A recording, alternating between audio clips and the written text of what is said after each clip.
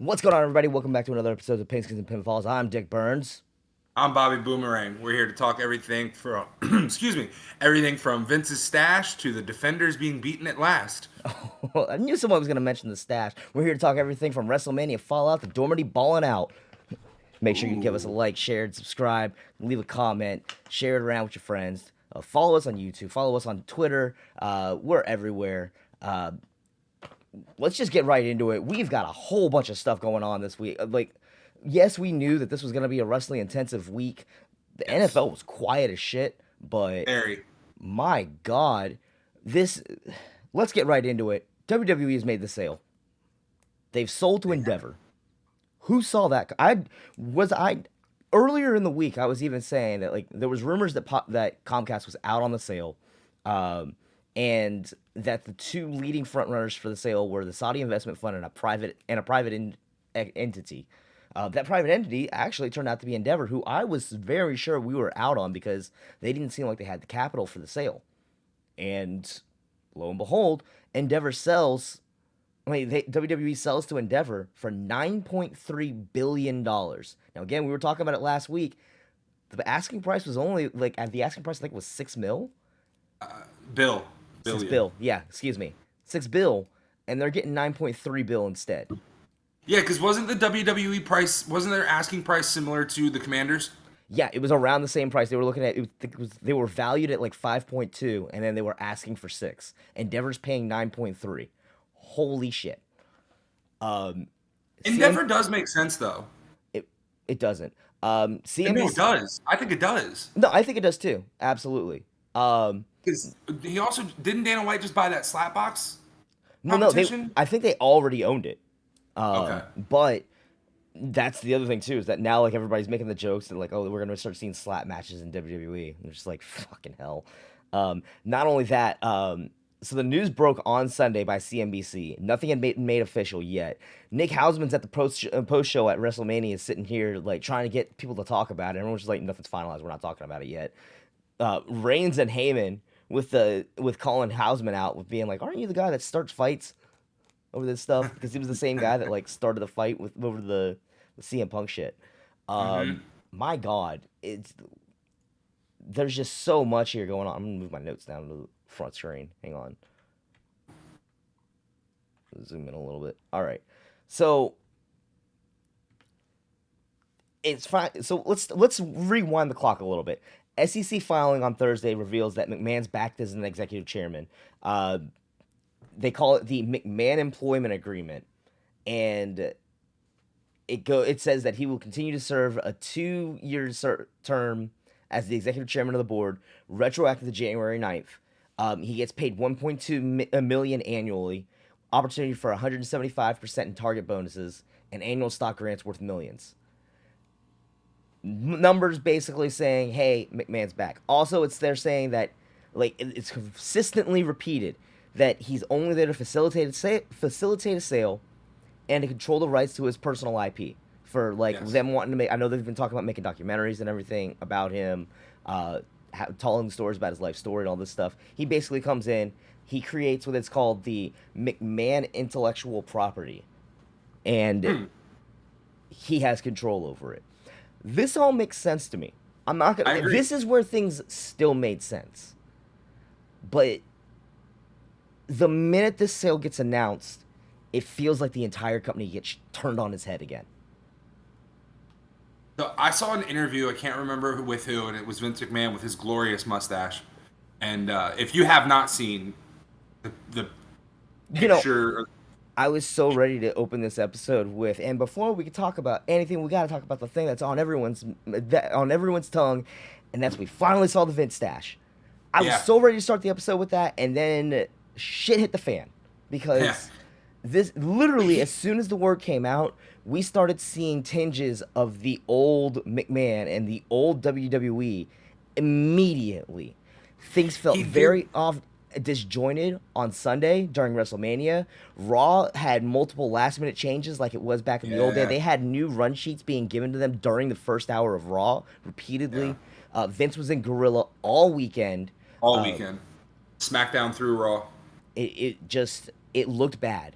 It looked really So bad. It was a massive hit to morale backstage. Fightful Select was reporting that, and like morale just tanked. yeah, and he did. So in the interview that I saw, Vince said, because I'm so sorry. This is my lack of journalism experience showing right now, It but happens. whoever was running the interview said, Will you go back to the old Vince? Will we see?" And then he used the words, "Will you be in creative?" Hmm. And Vince's answer was yes and no. That's what Vince said. He said yes and no. He goes, I am going to be a bit more hands-on with this. This is still my property, and I understand that it's being sold and all that, but it is still my legacy that I'm leaving behind. He goes, however, I don't think that I could go back and do things the way I was doing them 5, 10 years ago. That's what he said. That's what he says. And like even like Raw started this week with Triple H coming out and basically saying we're not going anywhere. We know there's a lot of rumors, but we're not going anywhere. And then it immediately feels like we went right back, regressed an entire 9 months from where we were, and it was ugly. Again, there's a whole lot of morale that gets hit on it. More of the details on the merger itself. It's going to be completed in the later part of the year. Ari Emanuel, the CEO of Endeavor, he's going to remain CEO. Nick Khan is going to remain the WWE president. Dana White's going to remain the UFC president. Triple H apparently is still going to be staying as the chief content officer. That's still like in the books. And per Give Me Sport, Trips actually got a $5 million bonus out of this deal, and Nick Khan's getting a $15 million deal bonus out of this deal. Also well deserved. The only thing I'm worried about is that this is them basically paying them to say, "Thanks for coming. We don't need you anymore. Here's your money. Now deal with the consequences." I don't like it. I don't like I'm going it. to tie this into, so, obviously, Dick and I are going to get into Mania here shortly. But this is what I'm about to say plays into how I feel about Mania. Hmm. And it is time will tell. No, A exactly. lot of, a lot of people were ready to get their pitchforks after the end of that main event. A lot of Hmm. people are now saying that WWE is dead in the water and this and that. And like, I don't think that's true. I think that, No. first of all, I think it's too big to fail. Yeah. That's for one. For two, we'll get to it when we actually talk about Mania. But But also I've keep in mind, Dana White bought UFC for, I believe it was like maybe $100 million. It was not in the billions, that's for sure. yeah. And he has turned UFC into a global empire. WWE already is the global empire, and now it's just going to be two fighting sports. Hmm. One predetermined, one not, and they have they have the value of each other to lean on now. I Yep. think UFC's production is going to get ramped up because of I hadn't thought about WWE that, but that's a joining. really good point. I That's a think really the good promo point. packages for UFC fights now are going to be awesome, a lot more cleaner.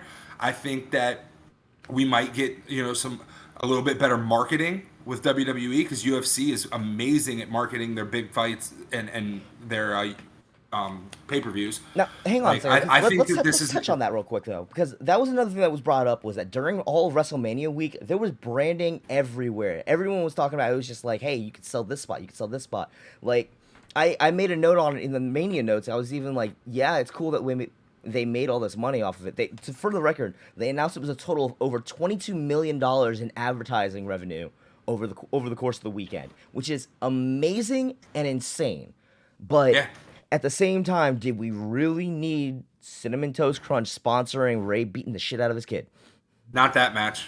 Not that That match match. was supposed to be a blood feud. It shouldn't have had the cinnamon toast fucking Should sponsor. not have had that. Like, immediately my thought goes back to the pitch black match at the Rumble, and like that was one of those ways that it was like it didn't fit and it wasn't right.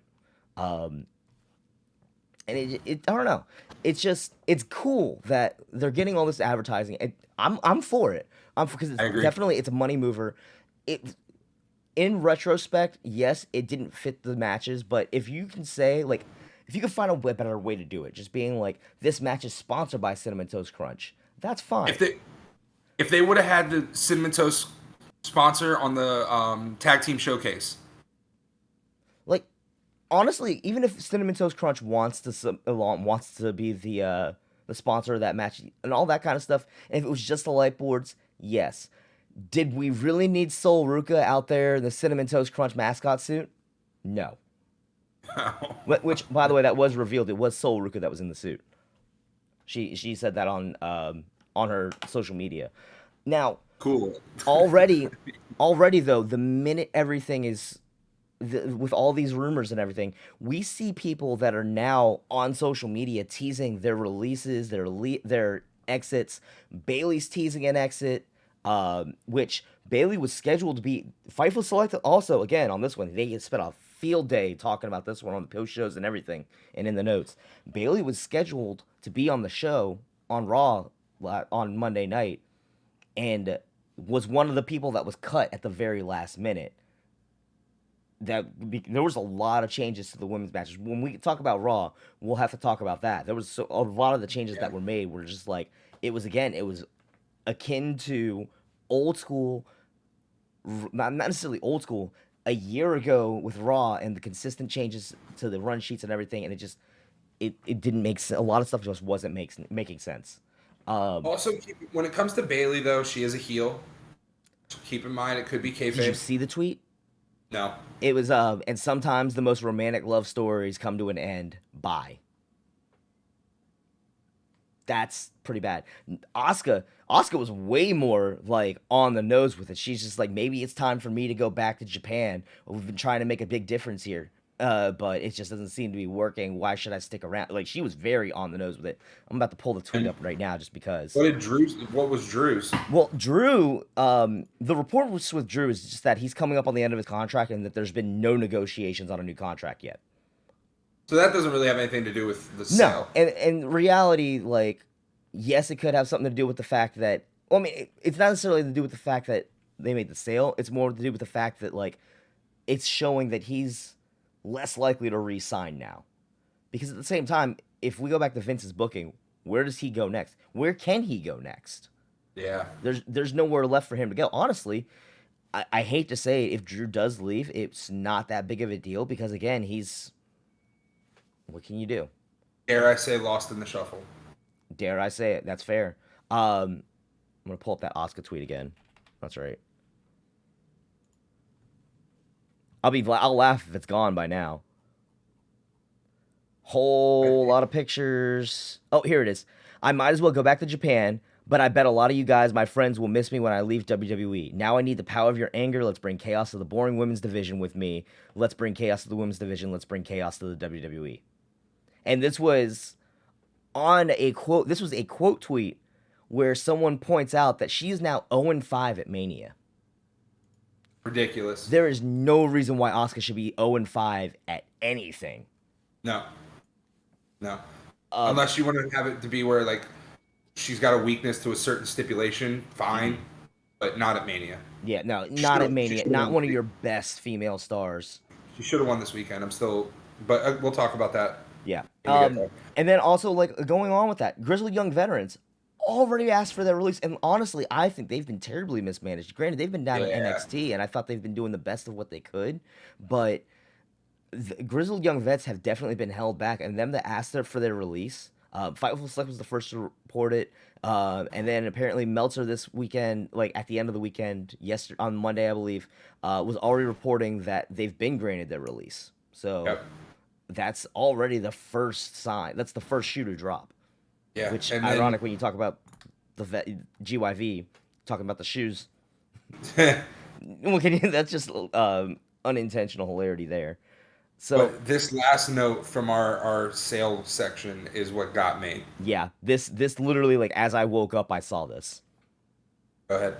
So Bleacher Report is already reporting this morning that the sale of the WWE to Endeavor is already under investigation for possible violations. Now I'm gonna pull this article up real quick. Where is it? I know I just had it.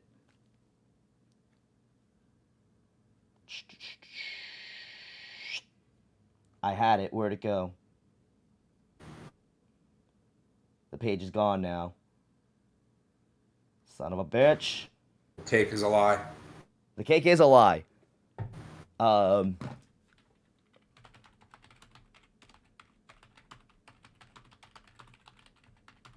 I'll just search it.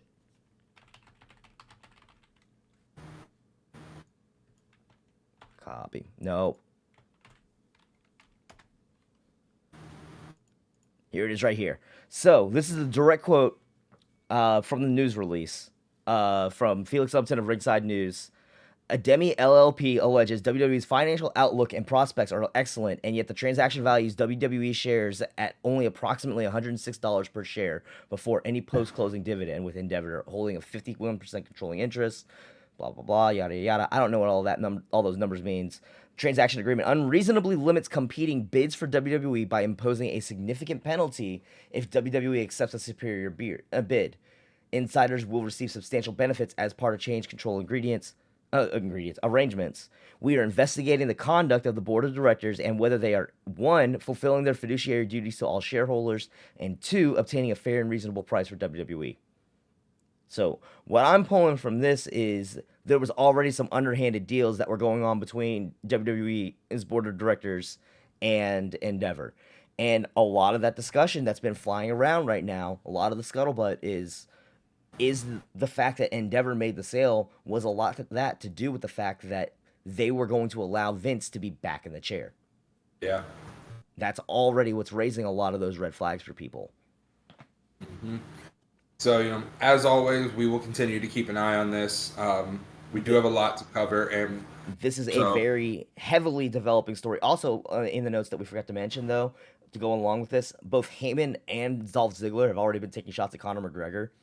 And let's not forget that Conor McGregor did once tease that he might go to the WWE, so that's a lot more likely now. Yeah, absolutely. There's also a lot of question of are any of the former MMA fighters going to make their way back to the UFC for a match or two? Bobby Lashley, Ronda Rousey, Matt Riddle.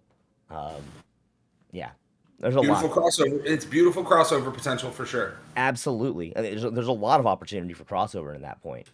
And it's especially like to get ahead of it, there's gonna definitely be people down the road that are gonna be like, oh, but you're blurring the lines between what's real and fake, and it's just like, no, I think we have, as a society and like as fans of the products, we can live in a world where we recognize that one is obviously designed to be entertainment and the other one is designed to be real life. Combative. But in before we start hearing all these people talking about that. Yeah, I completely agree with that. So let's we're gonna move it on into Mania weekend, and we'll start with SmackDown. Yeah, SmackDown. There was a couple things that were shown that were happening there. The big takeaway from SmackDown, because it was all just a bunch of like getting ready for Mania weekend. The biggest takeaway from that was that Legado del Fantasma had received the blessing of Rey. Like, Rey Mysterio gave them the blessing and christened them the new Latino World Order. How you feel about that? Yeah. I think it's cool. I think it's really cool, actually. I think it's really good. Don't get me wrong, I loved what Legado was doing, but it didn't feel like they were really living up to their potential as a stable on the main roster yet. And this gives not necessarily a fresh coat of paint, but like just full on rejuvenation to the team. Yeah. And we know that I think now we can get LWO versus Judgment Day, because we're going to continue with the Dom and Ray storyline. Hell, LWO versus the Bloodline, since they're both still on SmackDown. Yeah. But also, former referee Tim White was announced as the final member of the Hall of Fame, the 2023 Hall of Fame class. He was the Warrior Award recipient. Kudos. Yeah, that the Hall of Fame ceremony, the speech that they gave for him was beautiful. Honestly, I did not know that he owned Patty's Bar, where all the APA segments were filmed. Neither did I. Yeah, that was one of the things that they showed, and so like that was one of the things that they were talking about, that Bradshaw and Farouk were talking about during their speech, was like he felt like they were using it. It was like, hey, I need a new wall to put in here. Y'all want to come in and destroy it? Like, that was when I heard that, I was just like, you know what, that actually makes a lot of sense, and that's kind of funny. But that's great. Yeah, him getting the Warrior Award really revealed how much of a linchpin he was in the company. Which again, we didn't really have a lot from. There's not really a lot to report on SmackDown outside of that. But going right into the Hall of Fame ceremony right after that was so much going on. I thought all the speeches were great. Did you manage to catch the Hall of Fame ceremony? I know you were working that night. Nope. Okay. Stacy Keibler had an amazing, like, they gave her an amazing speech. Both Mick Foley and Tori Wilson inducted her. Both gave Beautiful. amazing speeches. Stacy gave an amazing speech. Was a little bit long, but at the same time, like the fact that there was only 5 people there getting inducted this year, a lot of made for a little bit more time. Plus, Muda's, Tim White's, and Andy Kaufman's tributes were all very short in comparison, and it was like, and I mean, it was short and sweet. Like Flair, when he was inducting Muda, he was even saying, "Is like I don't want to take up a lot of people's time because I know how long these can get," and I was just like, "That's respectable." But I mean, with Muda, there wasn't really much that they could have said, and I mean, Flair put him over. Flair put him over real well for their times fighting in WCW, um, and it when it came to, but honestly, Conan and Ray, they stole the show with that speech. Yeah, I figured they would. So again, like I haven't seen it, but like that, no surprise there at all. The one thing that I saw was that like Dom had a difficult time staying in character, which That I thought is really cool because like he obviously loves his dad and like it's a storyline and all that, see, and like I don't how know can you about that not be though. proud of your dad in that moment? I don't know about that because they actually used that. They did push the angle because they did the whole like when Ray comes. So this was interesting. So when Ray comes out, Dom and Rhea are on aisle seats in between on the second row, directly in between Triple H and Booker T. So he when Ray comes out, he shakes Triple H's hand, stares at Dom, shakes Booker T's hand, stares at Dom again, and then walks to the ring. And as soon as he starts the speech, that's when all of Judgment Day gets up and just, mind you, again, they stay seated while everyone else is giving a standing ovation. That's obviously, it's on purpose. And Yes. then at the start of Ray's speech, they all just walk out. Yep. Um, and I mean, it happens, and they were teasing it, and then Ray's just like, "I'll handle my business tomorrow night," and they just go. That's all they did. Now, again, we were worried that they were going to tease an angle and make it really awkward at the Hall of Fame. That was honestly the best way they could have done it, and Yep. it was great. Either way, still, Conan actually giving the full rundown of how he fought and fought and fought to keep Ray getting opportunities. We see why Conan was deserving of being the person to induct him. Hmm. Ray even coming out saying that like their family has a rule: you thank God first and you thank Conan second. That blew me away. Oh, I just got chills, bro. Yeah, that I blew me literally just away. got. Like that speech made it worth every moment. Again, if you are a Rey, I was telling this to the people on Twitch like the next night. I was like, if or the next day, I was like, if you are a Rey Mysterio fan at all whatsoever, go out, hunt for that promo. Like, just if you watch anything, watch that because that entire segment with Conan's speech and Ray's speech, beautiful. You couldn't have said it any Right. better. And just talking about how like he really did change the game, not just for Latinos and not just for the lucha libre stars, but also in the fact that he changed what it meant when it came to size not mattering for being a champion. Because when you think about it, Ray being a world champion in his own right, as small as he is, Yeah. that paved the way for so much of the smaller wrestlers that are getting the show right now. That Yep. paves the way for women making their name on the main roster scene. That's like you didn't need size to be a star. Coming out of again the new generation, the steroid years, we're coming out of that. You didn't need size as long as you had talent, and Yep. that was the takeaway. And it honestly, Ray is the best example of that. Yeah. Couple names that were at the Hall of Fame that are not surprising, but kind of surprising. Only surprising because Uh, they are AEW names. yes. Malachi Black was there. Obviously, he's there with his wife, Yep. Buddy Matthews was there.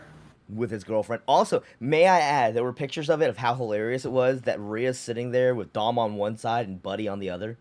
Yeah. Andrade there. There with his Andrade, wife. Andrade also In light of everything that was been going on, he put out a tweet this week, just yesterday, reminding everybody he's just like, I'm still with AEW, just so in case anybody's wondering. Where is it? And then the Where last where name. where is it real quick? I got it right here. Um, him posting all the pictures and everything. Oh no, never mind. It looks like he's already taken the tweet down. Looks like he already took down the tweet. Right. And then the last name that's not really was Dean Malenko. Yeah, there was a lot of name drops from Malenko during Ray's time. Let's not forget that Malenko was the first match that Ray had in WCW, and Malenko really helped put him over. Yep. They said that if anybody else had wrestled Ray that night when he debuted in WCW, he probably wouldn't have gotten the looks that he did. Yeah. And like the fact that the two of them have been such long-standing friends, there's no surprise that he was back, that he was on the stage for that. Absolutely right. And now a couple notes from just some We'll general wrestling stuff. Yeah, because this is all That's still a Mania problem. weekend. You're right. This is all still Mania weekend. You want the Supercard Yeah. Honor one? Yep. So Fightful Select confirmed that Trinity Fatu, formerly known as Naomi, was backstage at Supercard of Honor watching the Athena and Sakazaki match. She gone. She gone. It's done. She gone. She's definitely, like, they've confirmed she is done with the company. Yeah. It's a shame, but what can you do? We can stop with that. Yeah. Narrative. This one. So this news broke on Saturday morning, and I was blown away by this one. In a statement on Instagram, Giselle Shaw of Impact spoke of an encounter during WrestleCon on Friday that involved Rick Steiner insulting and berating members of the LGBTQ community. Now, what makes this notable, for those of you that don't know, Giselle Shaw is a transgender female. And Friday was Transgender Day of Visibility. Could you have chosen a worse time? It's just Rick Steiner being a bad person. Yeah, and then reports were actually stating that after that incident, Steiner was kicked out of WrestleCon for the rest of the weekend. So, Good. yeah, good. Good. Then we got reports over the weekend that Bushwhacker Butch fell ill on his way to LA for WrestleCon and had to pull out of his appearance. Unfortunately, he did pass away Monday. Prayers and condolences to him, his family, and his loved ones. That very much so. And then your little side note there. I don't mean this to be snarky or anything, but this is all the more reason why we need to get rid of the name Butch and give Pete Dunne his name back. Because we need to be able to honor Butch Miller the way he deserves. Not saying that we're not honoring him by Pete Dunne being Butch, but like, it just feels off to have that now. You know what I mean? Mm-hmm. So this was a fun fact that Sean Ross Sapp pointed out on, I think it was like Thursday or Friday, that I didn't realize until he said it. The build-up for Cena versus Theory is the first time that Cena has had a singles match that was promoted in advance of the show since his WrestleMania 31 match with Rusev. Like, I went through and I even like listed it. I was like, I'll be damned. Yeah. He really hasn't. And I completely forgot about what he did at 33. Whew. The Nikki Bella match. Yeah. With Miz and Maurice. Where he That one proposed. was. I mean, that one aged terribly, but it's whatever. I mean, people move on. It's life. The one that I forgot about was 32, where he was part of the Rock segment. I'd forgotten all about that because at the same time, he was recovering from an injury at that time. Yep. And that's why it was like he can't be too active. Also, I argue against that though, because 36, the Firefly Funhouse match, I feel like that one was still kind of promoted in advance. I think it was. So I think it was. It's still kind of questionable, but I mean at the same time, it's the Firefly Funhouse match. I mean, it was different in its own right. So, plus that was the pandemic mania. So, yeah. Let's get into stand and deliver notes. Yeah. Not a lot of takeaways from the show itself. I mean, I think all the matches were great. I thought this point was hilarious, though, was that while Gallus was making their entrance on the tag team match, I I was literally thinking to myself, I was like, I wonder where Joe Coffey is. And instantaneously, what happens at the end of the match? Joe Coffey comes out to help them retain the belts. And then they came out last night on NXT and they're like, no, we're here. Gallus is on top. Now let's see what happens when we have a full strength Gallus. Love it. Love it, love it, love it. Gallus was still one of my favorite things about NXT UK. I'm so glad they're still getting this reign right now. I don't know who takes those tag belts from them at this point. I really don't. Hey, who won that? The one where we both had Dragunov. Wesley retained. Okay. Yeah. And then he actually had a banger of a match against Axiom last night on NXT. That match as well, amazing. It was, I mean, 5-way match with those 5 men. You knew it was going to be a car crash. Yeah. And it was. Indy Hartwell winning the women's ladder match. Did not see that coming. Also didn't see Dexter Loomis coming back to help her. Yep. And then, it makes sense though the more you think about it, because like his main roster run has been rocky. Not to mention even the fact that even while he's been on the main roster, they've still had him coming back for these angles.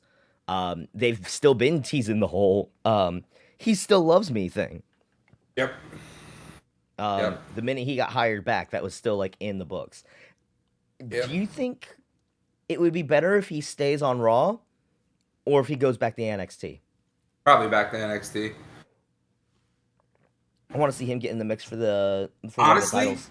Honestly, I think it might be time for a gimmick change. He just needs to start talking now is all it is. Yeah, freshen him up a bit. From what I've been told, he's a great promo too. It's weird because his voice doesn't match his body. Yep, I was getting ready to say that. I was like, his voice apparently does not match his body because you expect him to have like this large, gruff man voice, and apparently he's got a really high pitched voice. And then go ahead. Cora Jade came back. That was last night. Yep. So again, you had Indy taking on Zoe Stark last night as a like, no, I deserve another shot. And then at the end of the match, Cora Jade attacks her, puts her name back in the mix. Honestly, interested to see where that goes, especially because if you get Cora Jade and Roxanne Perez back, they still got that blood feud brewing. I was saying that story's not done. Yeah. That one spot. So I didn't watch Stand and Deliver, but that one spot that I saw was between Gargano and Waller, where Gargano suplexed him over the rope onto a bed of chairs. Beautiful. And my God, that looked brutal. It looked good. It was just that match. Honestly, like, I'm glad that Waller got that match. I feel like it was a little bit of a sleeper. Yeah, it was a little bit of a sleeper. It was sneakily good. That spot looked good from the 30-second clip that I saw. Yeah, but I mean, other than that, it felt like it was still a standard Johnny Gargano takeover match. Personally, we did see the NXT title change hands. Yep. During the match, I wanted to point this out. Yeah, Trick Williams still interfered to help Carmelo, but it felt like Melo was still playing the babyface role, which it feels weird when that happens, but it's whatever.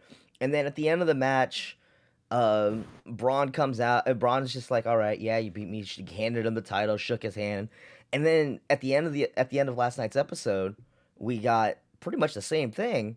And like Melo and Trick call him out, and they're like, "We want to say thank you because that was still like the best match of my career. You really took me to my limit." And Braun's just still putting him over. And then they do the whole end of the show, obvious, raise his hand, do whatever, and then straight into a clothesline.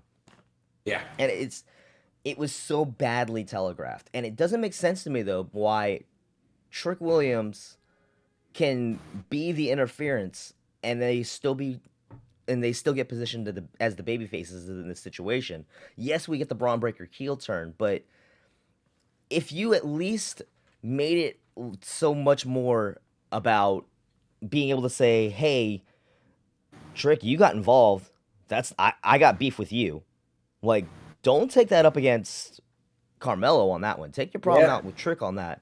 and just be like, yo, that's not cool though. Like, don't sit here and be like, no, you were the better man and all this stuff, and then hit him. No, call it like it is. Man Right. Follow interfered. through. Man interfered. At least like show why you got the grudge, and they could still build to this. It's savable, but yeah. And then the only other note I have from NXT Stand and Deliver, now that we have the women's tag titles dropped to Isla Dawn and Alba Fire, can we please get this Fallon Henley Kiana James match already? I want to see it. This whole like love triangle bullshit thing they got going on is so fucking stupid. Now she's gaslighting Briggs, and it's just it's cringe. It's so cringe. Yeah. It's continuing to be cringe. Yeah. You want to do Mania Night 1? You want to do Mania now, or do you want to get all the other stuff out of the way first? Because all the other stuff is technically before that. Yeah. So what? You want to move to AEW? Yeah, let's just move to the AEW notes real quick. All right. So AEW notes: Matt Jackson reportedly suffered a partially torn tricep during the Trios Triple Threat. He could potentially be out for months, but there's discussion of keeping him on screen just to continue storylines and stuff. I mean, it makes sense to me. It sucks that he's injured. There's been not his first injury, not his last.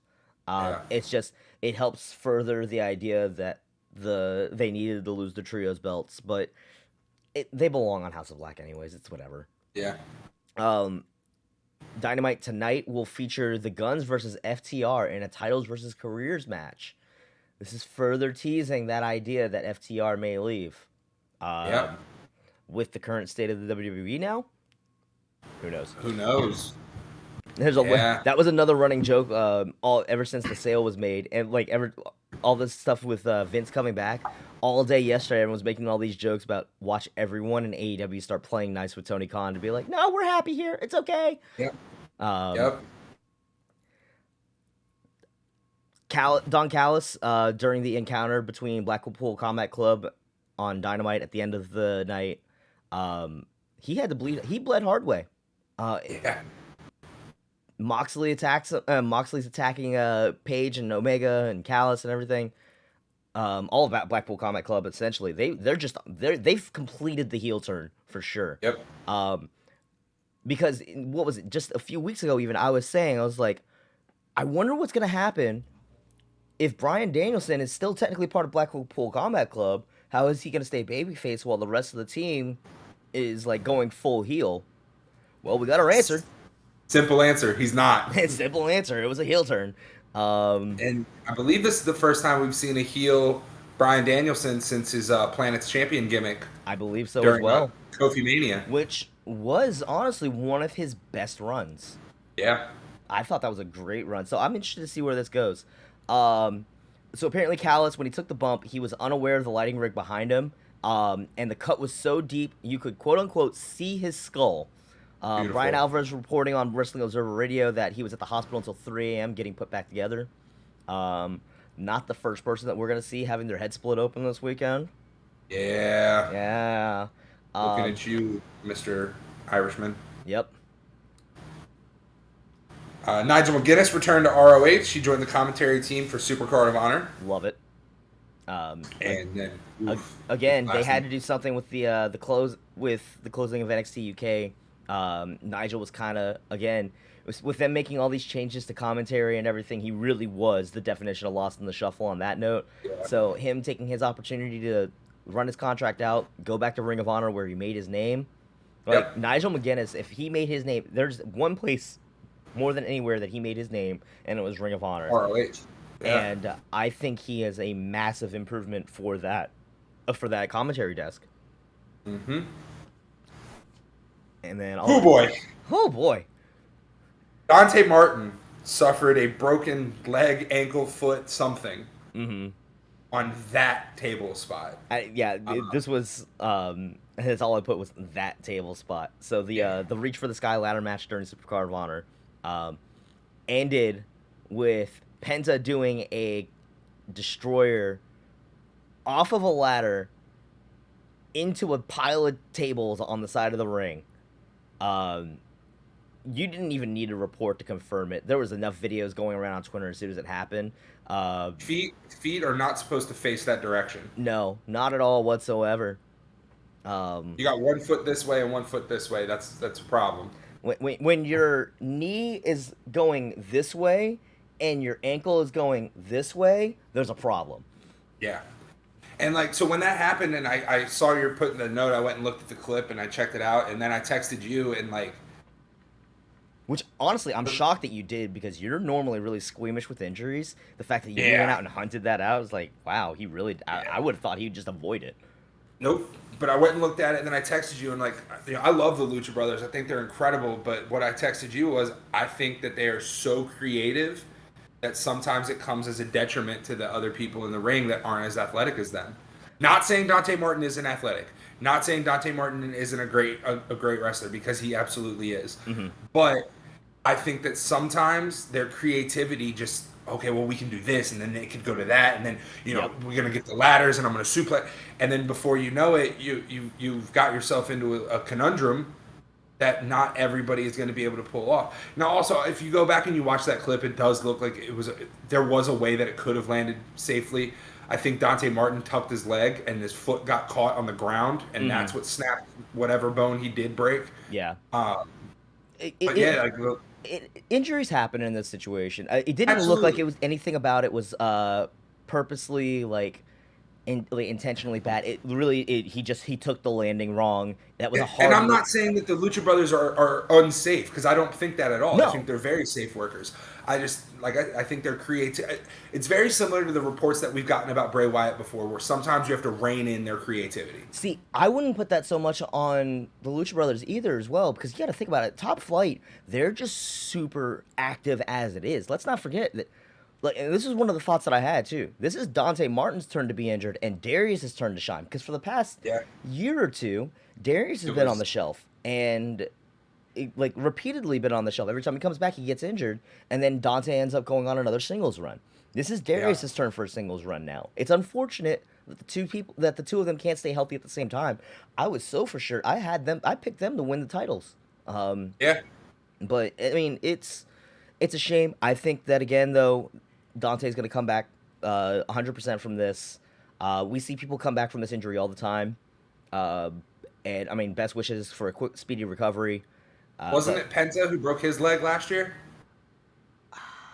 Was it Penta? I can't remember. And they had a very similar, nasty-looking leg break like that. I think that was Phoenix that had that leg break. It was Phoenix. It was Phoenix. Yeah, and I think that was 2 years ago. But yeah. But it's funny that, like, real quick before we move on to Mania, I am not the best when it comes to injuries like that. And when I watched the clip, I watched the whole clip like this. And when they walked onto the ladder, I'm like, oh my God, he's going to step through the ladder, and that's how he's going to break it. And then they did that fine. And then they moved down the ladder. I'm like, oh, he's going to fall off the ladder, and that's how it's going to happen. And then the suplex comes up, and I'm like, oh, well, it's just a suplex now at this point. Then I realized where they were in the ring, and I'm like, oh God. Oh no. Oh no. Watching that whole clip, I was literally watching like that, like.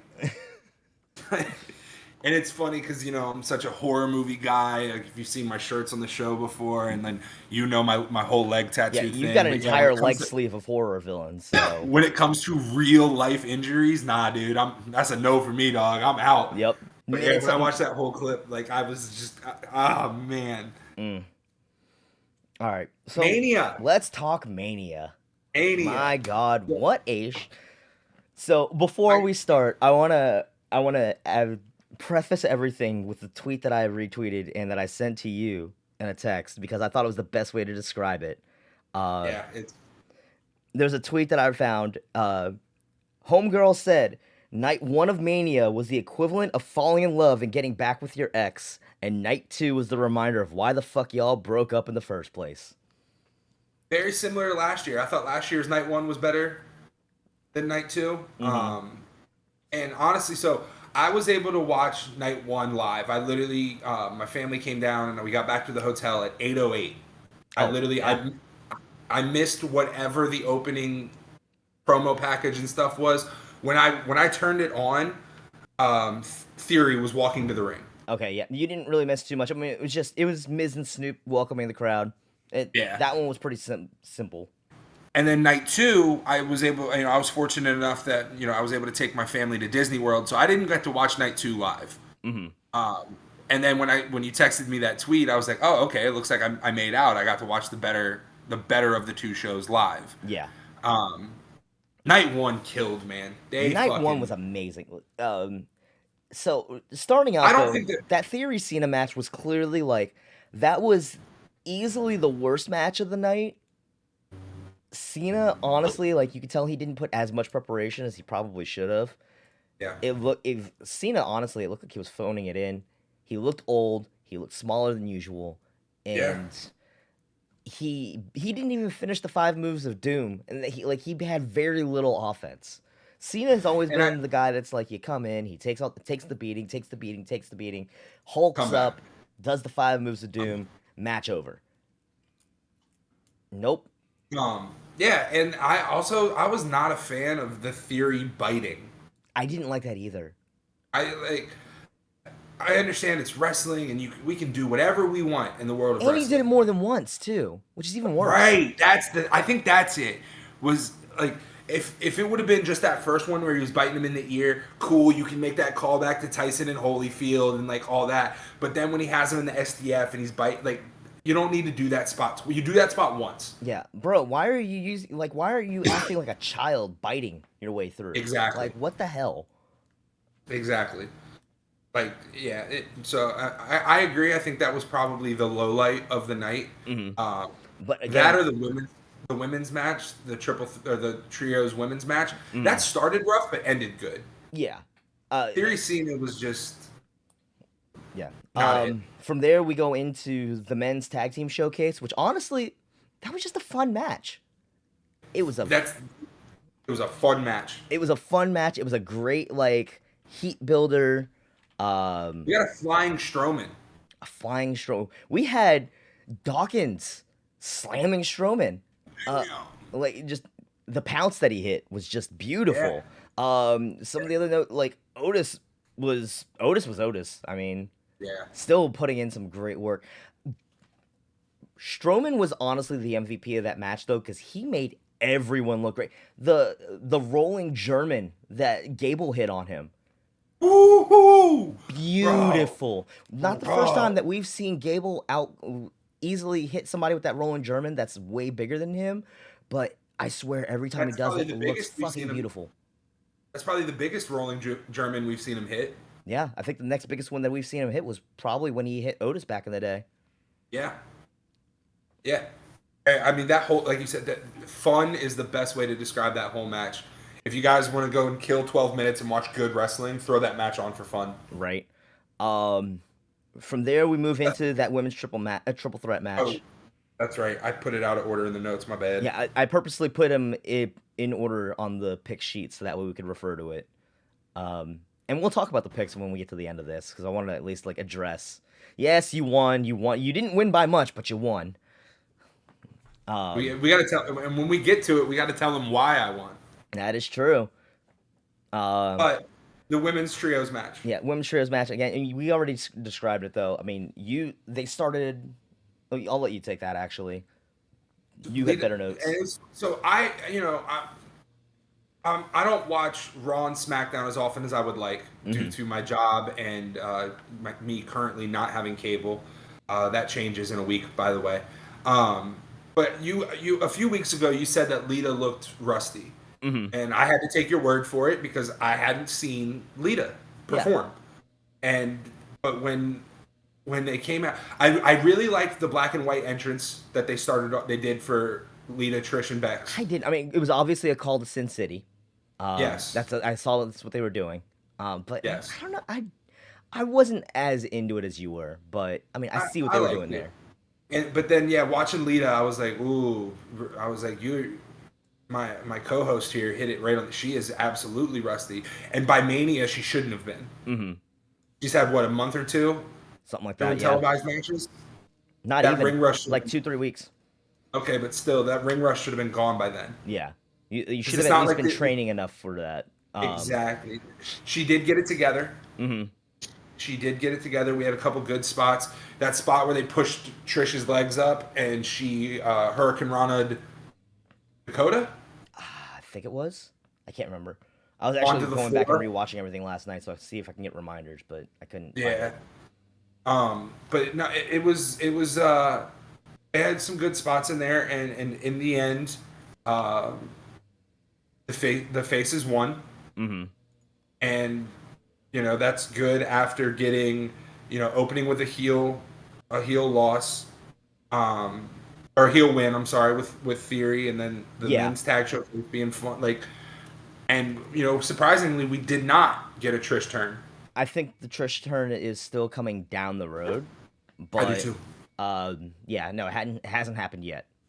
Um, then we get to Seth Rollins, Logan Paul. Logan Paul continues to blow everyone away. Yeah. Like, you can hate him, he heals it up as much as he does. He's a natural heel, but Lean into it, bro. That's what you do in wrestling. and he absolutely does. The only thing I'm mad about, during our picks, I made my call shot that Jake Paul was going to appear. Yeah. Who appears instead? So we got KSI. And I think you and I both are big enough wrestling fans that when we saw that Prime mascot walking out with him, we knew. I knew it was going to be somebody. I was sitting here the entire time. I was like, it's Jake Paul. It's Jake Paul. It's Jake Paul. So I'm watching it, and I'm watching it, and I had my son with me, and I'm trying to get him into wrestling. So I have we're watching on my phone, and I'm looking, and my son's like, "Daddy, who's that water bottle?" And I'm looking at it, and I start thinking, I go, "Son of a bitch!" I was like, "Dick called Jake Paul." I was like, but then I'm looking, and I'm like, his arms aren't big enough to be Jake Paul. I was like, I'm like looking at him. I'm like, Jake Paul is kind of jacked, and like this person, whoever it is, does not look jacked. And then we get to the reveal. Be honest. Initially, I thought it was R-Truth. A little bit, yeah. A little bit. When I saw the face, I was like, yeah. The nose ring, They the do twist. look similar.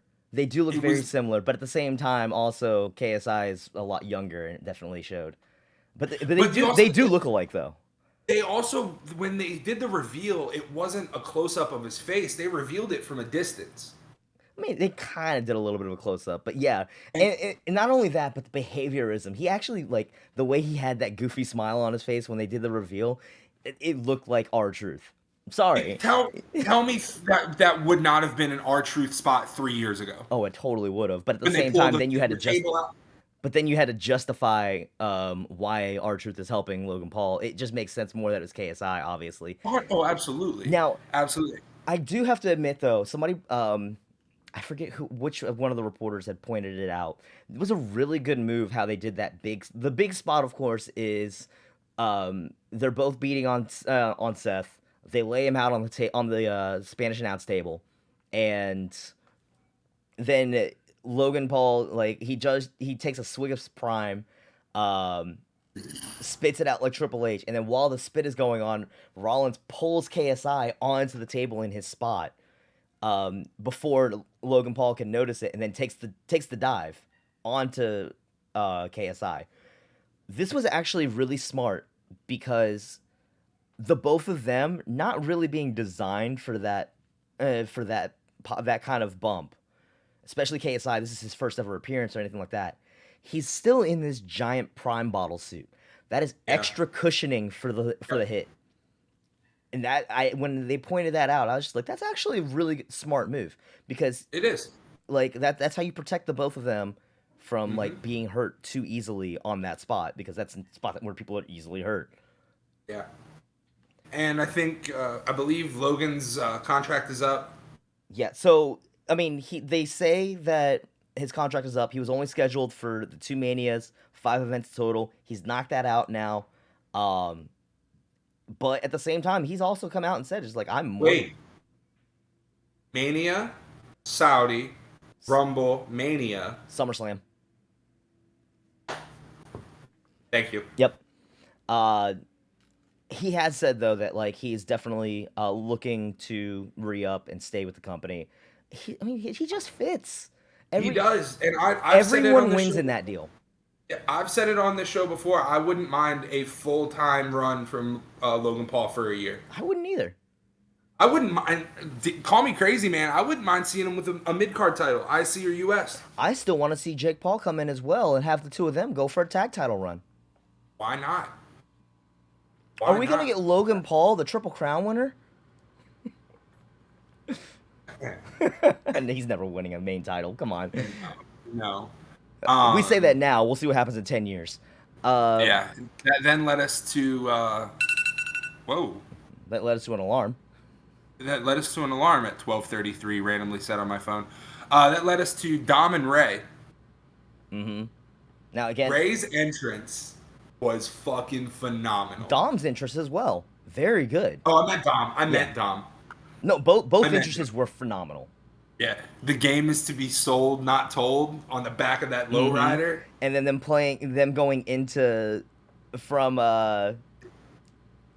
what's Snoop's song? I know it's leaving me right now. Which song they were playing? Oh, Nothing But a G Thing. Duh. Yeah. They went from Nothing But a G Thing into Eddie's theme into Ray's theme. Chef's kiss. I thought for sure when Ray pulled up in that lowrider at the bottom of the stage, we were getting the pop-up entrance. I thought so too, because he came through that little curtain door at the bottom. Yeah. I was so sure that they were going to do it. His knees couldn't have taken that though. Come on. But that match was incredible. It was everything that it should have been. They although, go ahead.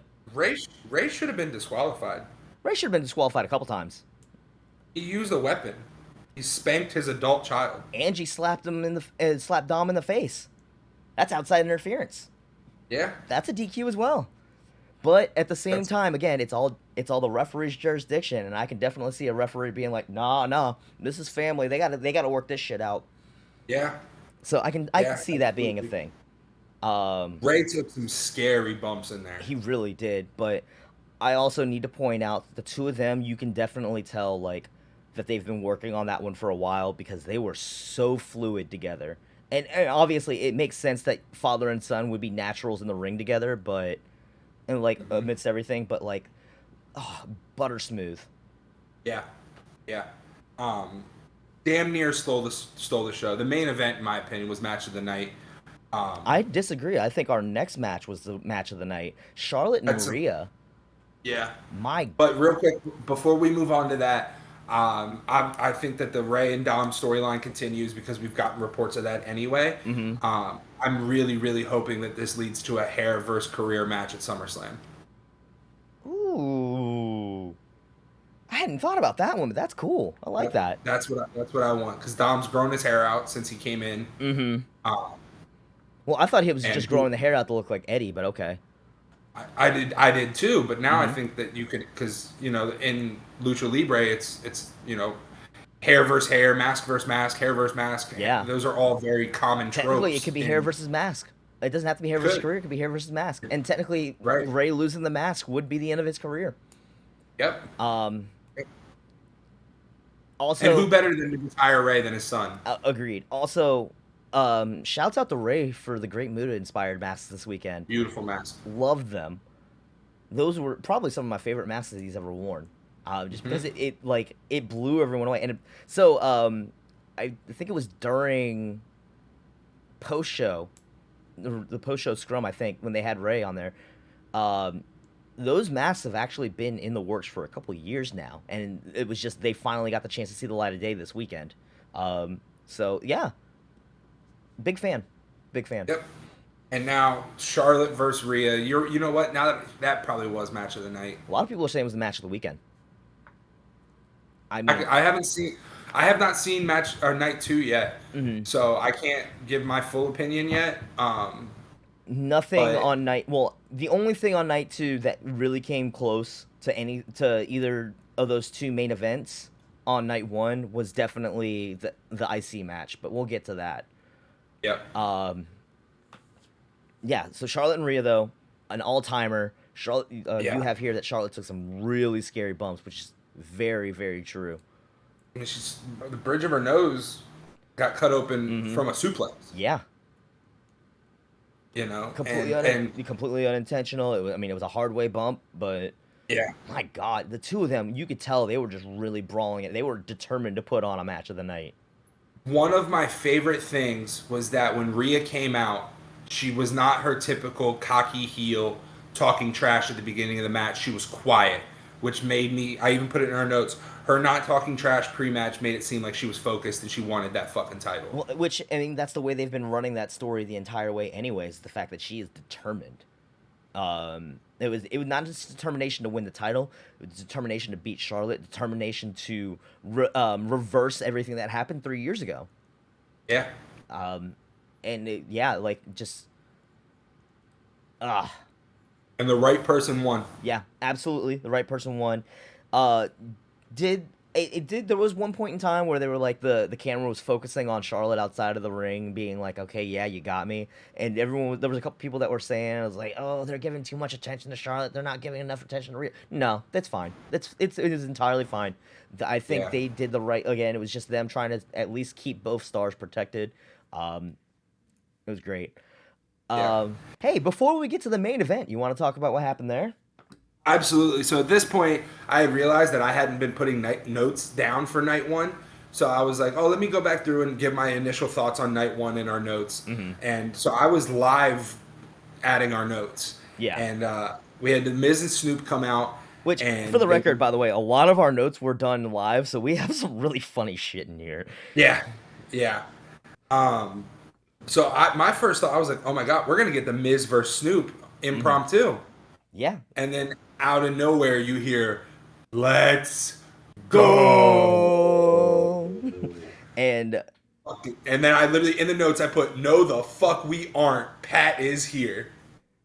So, to expound on that, for those that didn't see, the whole big thing was Miz is like, they come out and they announce the attendance totals, which is expected. And then he's like, I put out on social media that I had an open challenge because I wanted a match on WrestleMania and nobody answered. And then Pat's the one that come out and he's like, dude, I live on social media and you didn't post that. So let me take your challenge. And then we got Pat versus Miz with our boy, our crossover appeal, George Kittle getting involved. Well, the both of them being the crossover appeal. A lot of the reason why we do the show as like the two sides, because there is so much crossover, and this is a perfect example of it. You had Pat McAfee and George Kittle sitting here slamming Miz, so Pat can get the win. Pat is now 2-0 in sanctioned matches in Mania. I was making the question, was like, what about the Vince match? And even they were saying on the air, it's like apparently that Pat had said something on his show on Monday. He's like, nope, the Vince match doesn't count. It wasn't sanctioned. Yep. So. And that was his story last year. If you go back and watch last year after Mania, he said the same thing. He was like, I fought in an unsanctioned match. It doesn't count. Yeah. So not only that, but then like now Cole is healing it up on commentary. He's like, now there's two commentators that are undefeated at WrestleMania. Yeah. Cole and Pat. I popped, I'm not going to lie. I popped for Cole popping for Pat. I will always pop for Cole popping for Pat. Yeah. Say that 10 times. Because you can tell they're just good friends, man. They really are. I do have to say, I'm still waiting for Pat to get Michael Cole back on the Pat McAfee show, so that way he can talk about the Aaron Rodgers trade when it happens. Because they still have yet to do that, and that needs to happen. Cole's a Jets guy. He's a huge Jets guy. I did not know that until the last time he was on Pat's show. I was just like, wow, he is a diehard Jets fan. Yep, big time. Yeah. I think we'll get Cole on Pat's show here soon. Definitely. I think once the trade is finalized, they'll talk about it. Yeah. Yeah. That led us into the video package for KO Sammy versus the Usos. And god damn. Video packages are always going to be good, regardless. Yeah. And this one, with as much storytelling that went into it, you knew it was going to be good. Yep. And then I got kind of pissed because I thought they were going back to what they did at the Rumble, where they were going to have the Hardy concert. A Hardy concert, but no, it was just Lil Uzi coming out to play in the Usos. Yeah, and honestly, I loved it. Like, Uzi getting a spot. Uzi's sitting here making his announcement, and again, Uzi's another longtime WWE fan, so good for him for getting a Mania moment. And that was probably cool for him being able to throw up the ones with Jimmy and Jay. Yeah, absolutely. That match was false finish city. Right out the gate, it was just false finish after false finish after false.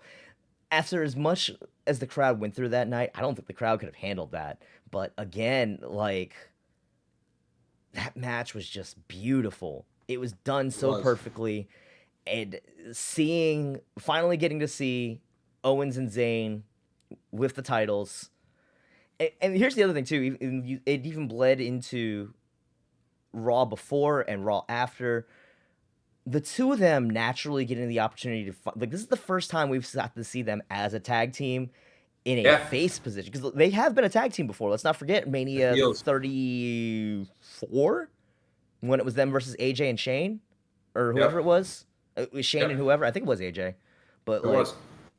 just the fact that we're getting to see the two of them as a face tag team, the chemistry between the two of them is it's palpable. It's so obvious, and it's heartwarming more than anything. Yeah. Just watching the two of them just be like, "I love you, man. No, I love you." Like, it's perfect. And after Yep. everything that they And fought through to get there, like, it's just it, WWE did great storytelling with that one, man, for sure. and it's And nowhere near done. it's no, no, no, no, and I will touch on that after we get to night two. But did you see the clip of one of the Usos spoiling that they got the main event? No, I didn't.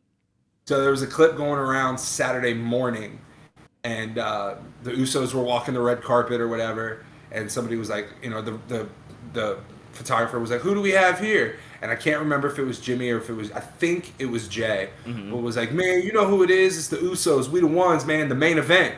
And then his face, he was like, Whoops.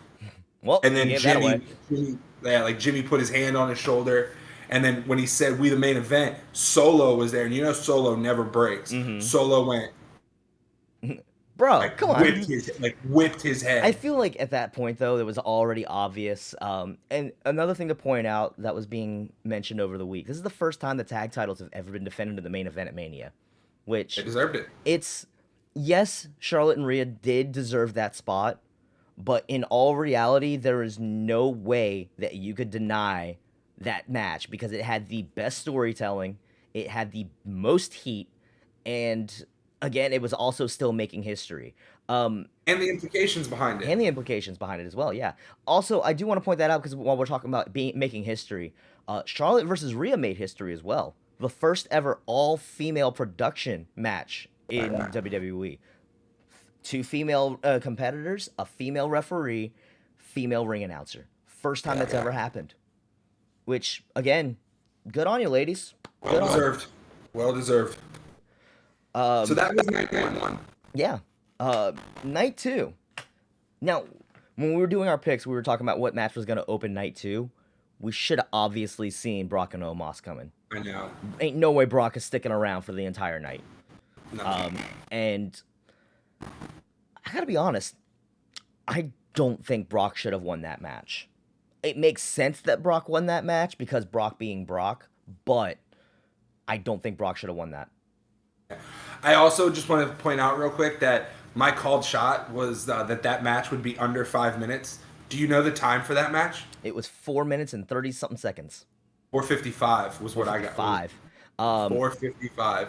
Also, it was on the notes that you had Theory Cena being under 5 minutes, not that one.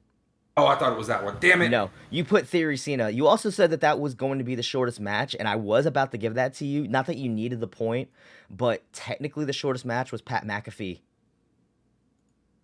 That's fair. That's fair. It's okay. You still got the win. I did. So, I mean, But I don't think Brock deserved that. I don't think Brock. I mean, he deserved the win. He didn't I need think it would have been better if he put Omos over. Yeah. It was cool seeing him F5 him. Oh, absolutely. That was But cool. watching, especially the way that we saw Omos manhandling him at the start of the match, it would have been beautiful to see Omos get that dub. Yeah. And you really could have made a star out of it. Like, you honestly hurt Omos by not giving him that W. I agree. Because then he came out on Raw and he had to fight Elias, and it was such a heatless match. Not to mention that was another big complaint about Raw this week, was that an hour commercial free, and the only wrestling we got was a less than 2 minute match between Omos and Elias. Mm-hmm. Not a good look. X-Men's. Yeah. IC title match. Oh, God. I I've want to go seen back clip- and watch it over and over and over again. It's just hard hitting. I I've love how seen everyone clips. online was just like, y'all made Big E proud. Everyone online was just, y'all made Big E proud. Yeah. Big meaty Yeah. men slapping meat. That's yeah. You Big take E your actually, 5-star classics, your Big E technical actually showcases. during the match tweeted just a picture of a giant like roast being cut into strips. I was just like meat. Oh Yeah, I've seen man. clips of it, man.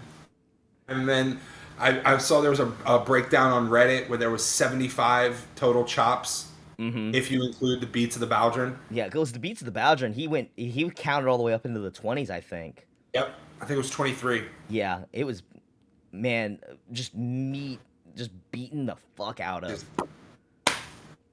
But I did call it Gunther retains because Drew and Sheamus were too busy fighting over who was going to get the win.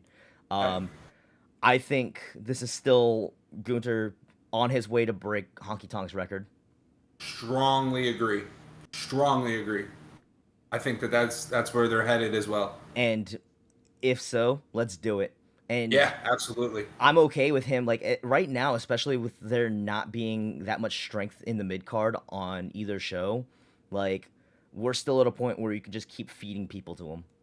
Do And you remember a few years ago when I believe it was Miz, Seth, and Dolph Ziggler were all constantly battling for the IC belt, and they kept saying, "We're going to bring back prestige to the IC belt." I think it was Miz, Seth, and Finn, because that was the Might have match at been. 34. Um, That was the opener at 34. I remember that. But yeah, no, it was definitely like they were all about we're going to bring prestige back to the IC title. And this honestly, is, ever since, but this what they're doing with Gunther is how you show, don't tell. absolutely. And I mean, he's Um, the right person to do it too. yep, yep. Uh, That led us to Asuka and Bianca. Now, again, we've been seeing a lot of like, especially on social media, we're seeing a lot of displeasure out of Asuka. I'm not gonna lie, it looked like Asuka was sandbagging a little bit. There's Saw that in your there's note. there is one particular spot where they go up for a superplex, and it just looks like Asuka's not bothering to help with the superplex. Like she is sandbagging the shit out of it, and Bianca still slams her down. Now, you think Asuka should have won? I do. I still believe that they made the right call with Bianca winning. It sucks that Asuka had to be the one fed to her. It does. But the idea of Bianca becoming the new Miss WrestleMania, I still love that. And honestly, the way they've been positioning Bianca, it's amazing. I also want to point out this was something that that was also mentioned. I loved her entrance. They had Yeah. like the dance troupe for the inner city girls from LA. Yeah. Triple H actually reported during the post show, and this broke my heart, honestly. Triple H started crying. What? Trips Oh yeah, he started started crying. crying. I shed a tear even. I'm not gonna lie, it touched me. It was just like the little girl that had the highlight spot that was dancing with Bianca on her way down to the ring. Had actually just lost her mother that day, and it was just That like day, bro. that day they were getting ready to go on stage when they had to drop that news to that little girl. That is, I couldn't imagine being in that position. Nope. So I mean, at the same time, like they wanted to make sure, like Triple H said, they wanted to make sure that that little girl had still like had a night to remember in light of all of that, and they wanted to show her that they had their support. Man, that is the kind of thing. That's what the WWE is about more than anything. Yeah. That Yeah. is that's what it's about. All the They took probably service and everything. they probably took the worst day of that little girl's life and tried to make it as positive as they could. They really did, and Yeah. for that, I mean, give them their flowers. Yes. All of them. Yes. 100%. Sticking with the wrestling side of things, though, I've said on this show before that I think Bianca is approaching Cena wins lull. I think she's there now. I honestly no. I was thinking about it, like even the build to this match, Asuka was not built up enough.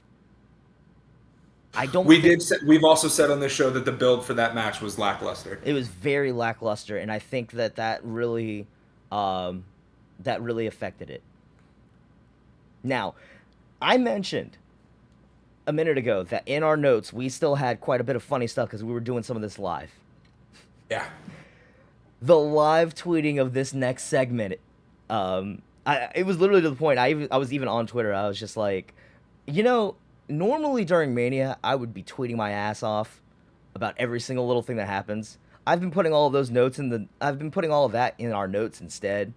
But I had to take a screenshot and post this on Twitter anyways because this was just my initial reaction. We get Miz getting out here talking shit again with the announcement of the attendance numbers, talking about how he doesn't want a match. And then he starts coming at Snoop like, I don't like the way that you sanctioned that match between me and McAfee last night. I don't like it. And he's just like, oh, my bad. Oh, no, I mean, my bad. Who gets called out? Here comes the money! Shane McMahon returns to WWE after his father told him, you'll never get another pop in my company again.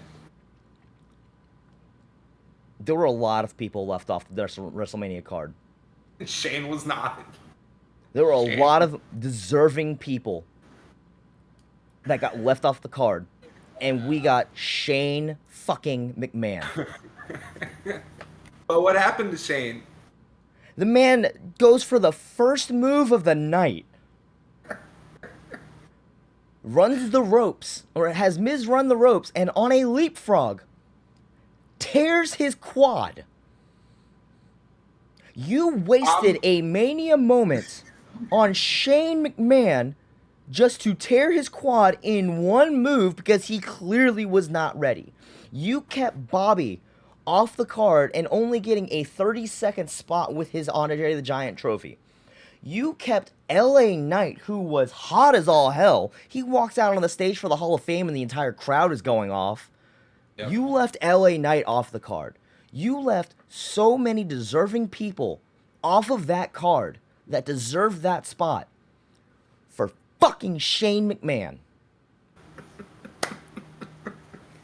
And I'm so bummed that I didn't watch live because I know when I go back through tonight and I watch Night 2 replay, they're going to have that cut. Oh no, it's guaranteed you they're going to have it there because it was hilarious though because like you had Miz stalling for time, just consistently running in circles, talking shit, while the medics are literally coming into the ring to help Shane out. But at the same time, we got one of the best improvisations in a moment ever. Credit to Jessica Carr. Credit to Jessica Carr because she it's obvious. It was very loud and obvious when she just shouts people's elbow to Snoop. But Snoop just comes in and just walks up to Miz and just right in the jaw twice. And then he hit the worst people's elbow. It was the worst but best people's elbow. He hit those ropes like this. So the people's elbow was good. It was him running the ropes that was bad. Yeah. He also is skinny as a twig, so there's no way those ropes were moving anyways. He's also old, Snoop so is in his 50s, bro. Yeah. But the fact that Triple H pointed it out in the post show, he was just like, anybody else in that position probably would have been freaking out. What do I do? What do I do? Snoop just came right in and was like, nah, I got this. Let me take care of this. A consummate professional. To the point where I had non-wrestling fans on Twitter reposting all of those pictures like Snoop the greatest. Snoop's out here doing side quests in life. He literally is. Him and Martha Stewart and all the other shit that he does. Yeah, Snoop, he won at life, and now he's out here just doing the side quest to get the XP. He's just having his fun. And it makes it even better because he was sitting here. He loves his little title, his special title that they made him. He was carrying that thing around everywhere. Mm-hmm. He's still carrying. Go ahead. No, go ahead. I was just saying. Speaking of us hearing Jessica Carr yell people's elbow, there were a lot of spots that were called out loud that you could hear. The Cena Theory match, that's something that John Cena is just fucking notorious for, yeah. But also the tag team main event on night 1, you could hear a lot of spots. Yeah.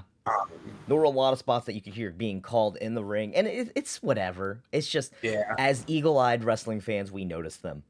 Yes. Yes. But not like they did a great job of salvaging the segment that could have been bad, like real bad. They really did. Did a great job with that. And let's be real, dude. They saved us from a Shane McMahon victory at WrestleMania. Oh God, that's very true. Actually, thank God we didn't get that. That's the joke. Was Miz was going to lose a second impromptu match 2 nights in a row at Mania, and Shane was going to get that W. Yeah. Instead, we get a Snoop Dogg W, which you and I will take Snoop Dogg W's any day of the week. And to go ahead and blend right into Raw as well. I love how when Miz came out on Raw Monday night, he starts talking about it. He's like, Shane so bad he couldn't finish the match. That popped me. I'm not gonna lie. Yep. I had Raw in the background last night, and I when I saw Miz come out, I was like, "Ooh, here we go."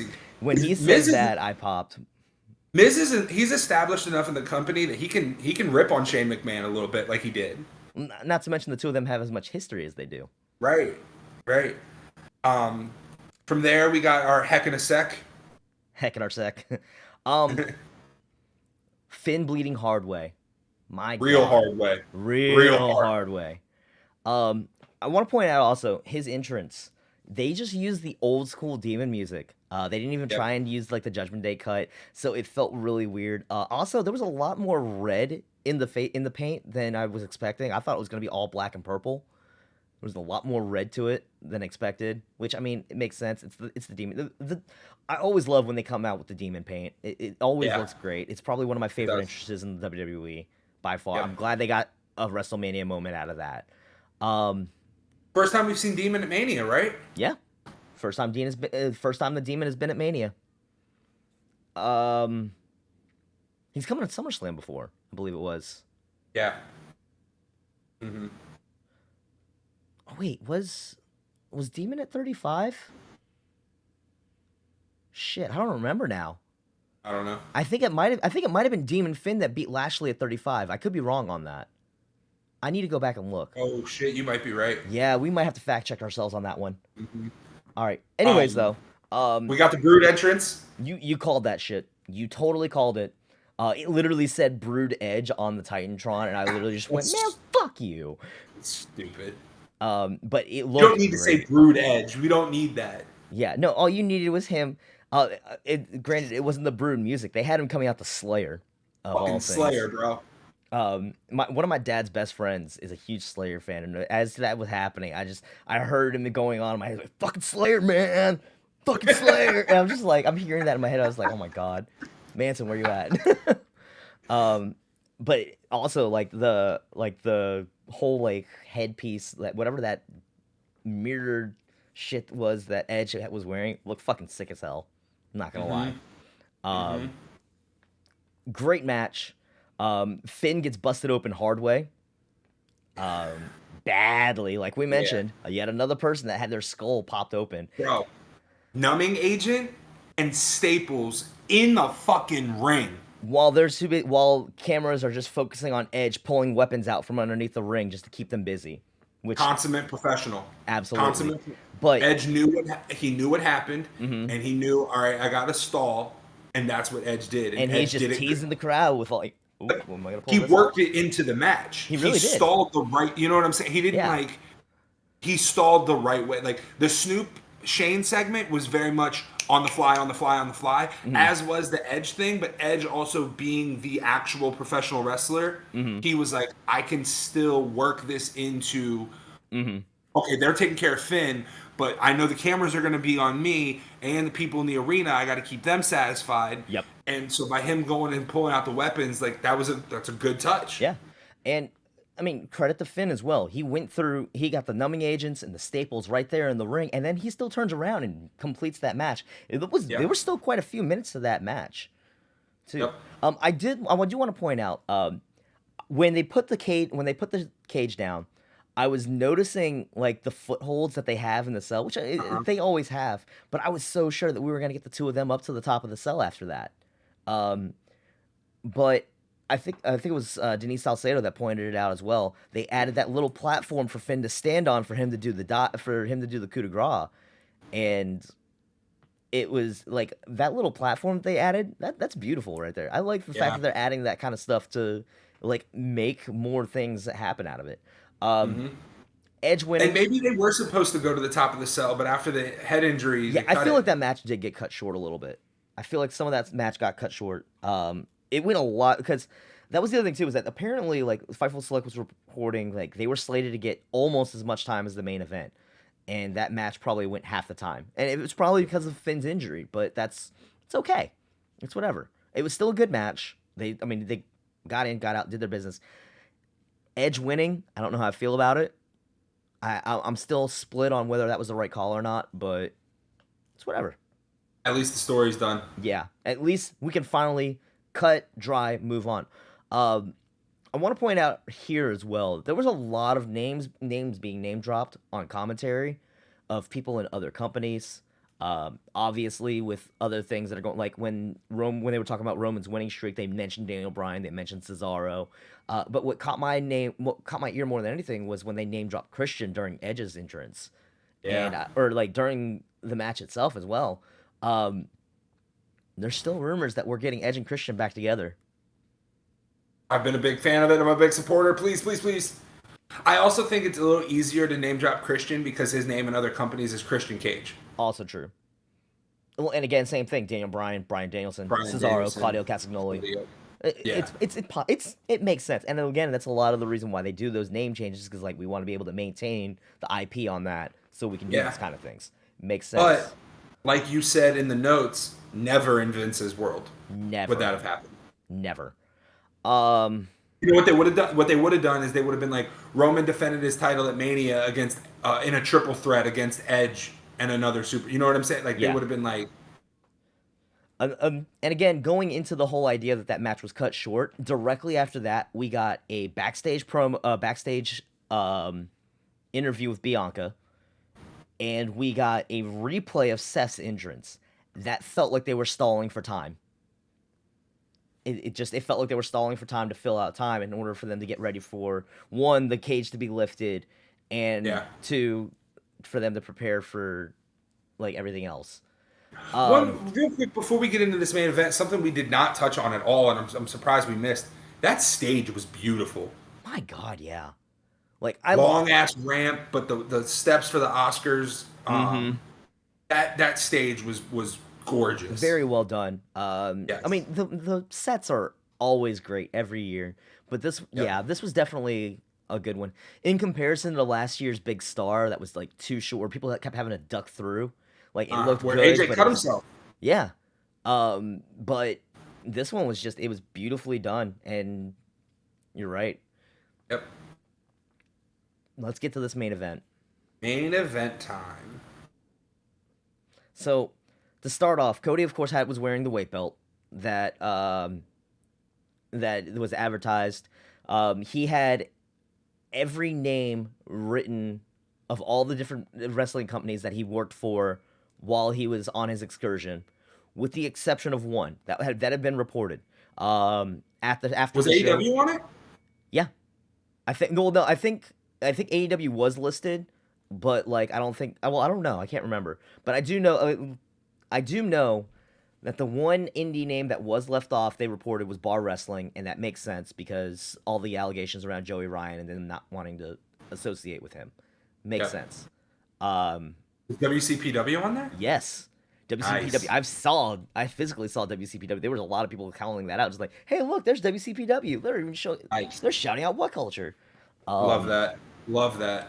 And then Big, also, big What Culture fans here at Pigskin and Pinfalls. yeah. So the Cody comes out. He goes and ringside is Brandy with Liberty, and -1, Brody Jr. Yeah. That was a huge, and he gives Brody Jr. the weight belt, and I'm just like, it was such a touching moment, and I was just like, God damn, they're doing it right. Did you see Amanda Huber's tweet? Yeah, I did. I retweeted it. Beautiful. Perfect. And there was one thing that was pointed out on one of the post shows that I didn't realize, but it made sense. That actually telegraphed the loss. Because normally in a situation like that, you do the hugging of family and everything after you've won. If you're doing it before the match, it's kind of a bad omen. And it makes sense. Or, I mean, a lot of people were probably thinking, like, this is it. Look at, he's getting the big grand entrance. He's definitely winning. He's definitely winning. No, it was telegraphing it. This match was, it started at a 10, it stayed at a 10. It kept going. It was obvious that it was going to have a lot of interference. Solo comes in and hits Cody with the weight belt at one point, and they didn't show it on camera of him getting the weight belt, but I just had this headcanon of like Solo healing it up and just ripping the belt out of a negative one's hands. It felt like that's what it did. I just had the headcanon on that. Solo gets sent to the back. There's a ref bump. Usos come out, attack Cody. KO and Sammy come out, run them off. And Heyman's just standing there, watching the whole thing. He's not saying a word. He's just standing there and staring, like what's gonna happen. And then we get the finale of the match. Cody going for yet another crossroads. Solo, who's been sent to the back, comes back out through the crowd with a hoodie on. You can barely see it's him. Hits a Samoan spike. Roman hits the spear. 1, 2, 3. You called Roman winning. And you even told me afterwards, you were like, man, I thought it was a joke. I said that as a joke. I was just trying to do it for the content. I didn't actually think he'd win. I texted you and I go, I did not actually believe that Roman was going to win. I strictly did it for content, but man, am I glad I did, because I am your new reigning P&P champion because I picked Roman. Which it came down to that match. If Cody had won that, we were tied through the whole weekend. I mean, it was like we were within 1 or 2 points of each other the entire weekend, going back and forth and back and forth. Like when we said that we were even going to do like a bonus 2 points to just whoever got all of the Multiverse United picks right, I actually won that by 1 point, so it actually gave me a bonus because we made that agreement. You still beat me out at the end of it. You almost called all of Supercard of Honor. I almost called all of NXT. Like, yeah, that evened it out. It was back and forth the entire weekend, but that call. Now it's my turn to go on a little bit of a rant. You go on your rant, and then I'll go on mine. So, again, I did think Cody was going to win, but I even said it on the show. It makes sense that Roman did, because the original plan was The Rock. The Rock was not going to win. That means and WWE has said on multiple occasions that they have this storyline long-term booked. Mm-hmm. So they thought they were going to get The Rock. The Rock wasn't going to win. Roman was going to retain and go on after Mania. So why would they change that? I understand plans change, cards subject to change. I get all of that. But the thing is, they have this storyline through the end written already, I think. Mm-hmm. Second, there is so much, and a lot of people were pissed that Roman retained. I even went on Reddit and I saw a few people being like, why should I even tune into Raw tonight? And like, calm down there, calm down, keyboard warriors. Don't grab your pitchforks yet. There is a lot of meat left on that bone, because now the story is what happens with the bloodline now that the Usos lost their titles and Roman didn't. You can still tell that whole story. The bloodline has now started to crumble. The Roman Empire is starting to show cracks and crumble a little bit because the Usos lost their title. Yeah.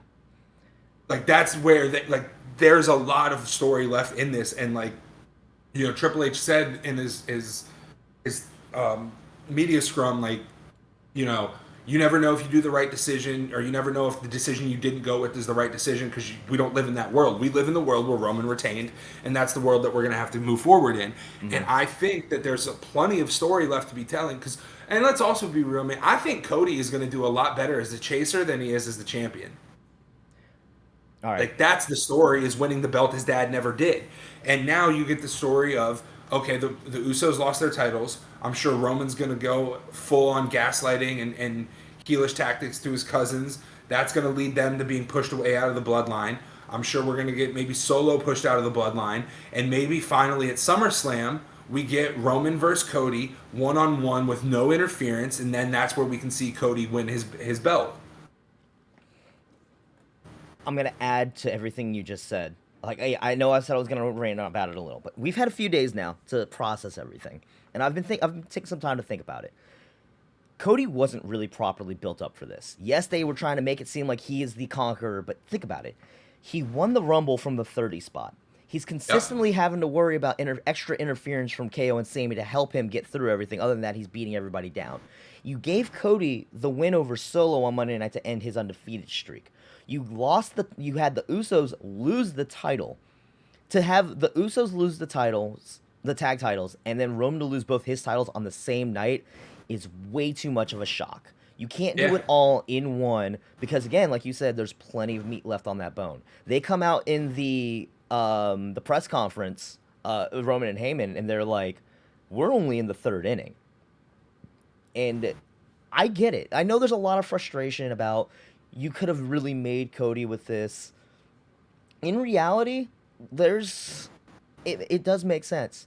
I also want to take this opportunity to point out the very, very first original, long before we ever made this show, back when the show was still in the thought processes, when Roman very first won that title, my Nostradamus call was that this was going to be a 1,000-day reign. You did. I said that 3 years ago. Mm-hmm. We are now on day 946, I think it is. We are if he at least holds it to SummerSlam, which is pretty much guaranteed, it's at least 1,000 days. I called that shit 3 years ago. Yeah, I see. I don't even think he defends it at Backlash. No, because I think he defends it in Riyadh in May. Yeah. He's not defending it at Money in the Bank. Nope. And then that takes us to SummerSlam. It as bad and as Riyadh is probably going to be a one-off like it was last year with Logan Paul. Probably. So yeah, I mean, it sucks. Yes, you really could have made Cody. I see all the arguments about you could have made Cody, but I think in retrospect, now that I've had time to sit and digest it all, they really did make the right call. I agree. Again, and I didn't really believe in my pick when I said Roman, but like I'm not angry. No, not at all. I think I would have been way more angry if the Usos retained than if they would have flopped and the Usos retained and Roman dropped his. I would have been more angry. I can agree with that. Absolutely. I think with having the time to digest everything, Roman winning was still the right call. You're right. Cody is still better with the chase. I'm also going to go ahead and make my way too early call for WrestleMania 40.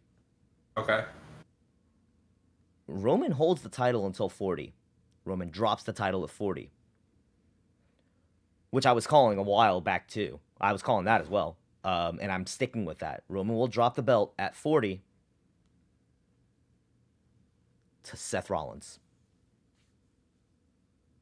The one person during this whole run that has been able to defeat Roman. Yep. And the one person, hang on, the other thing too, the big story that they were even putting into the books with Seth and Logan's, like in the promo packages and everything, was that Seth's big journey is still, he has yet to main event WrestleMania. Yes, he did the cash in at WrestleMania 31. He has not been in the main event of Mania. Yeah. And also, like, look, because you can extend this Cody Roman story out a little bit longer. Mm-hmm. We can then move on to Jay versus Roman, like how we started off this reign. Yep. And then we can move on to Seth. Yeah. My other thought also was, like, even before, like, when we thought Cody was still gonna win, my call was gonna be Cody versus Seth at 40. My point here being, I think Seth, as hot as he is, I mean, come on, who is hotter in the WWE right now than Seth? The way the crowd sings for him, everything, he has the universe under his thumb. And in all reality, that's the one person that, if it ain't Cody and everyone's sitting here complaining, who's it going to be? Everyone's overlooking Seth in this situation. Yeah. And then if Seth takes the titles from Roman, you run back the Seth Cody program. Exactly. Right there. I'm not against. Look, I'm not against. Or hell, Cody wins it at SummerSlam. You still do Cody Seth at WrestleMania 40. Mm-hmm.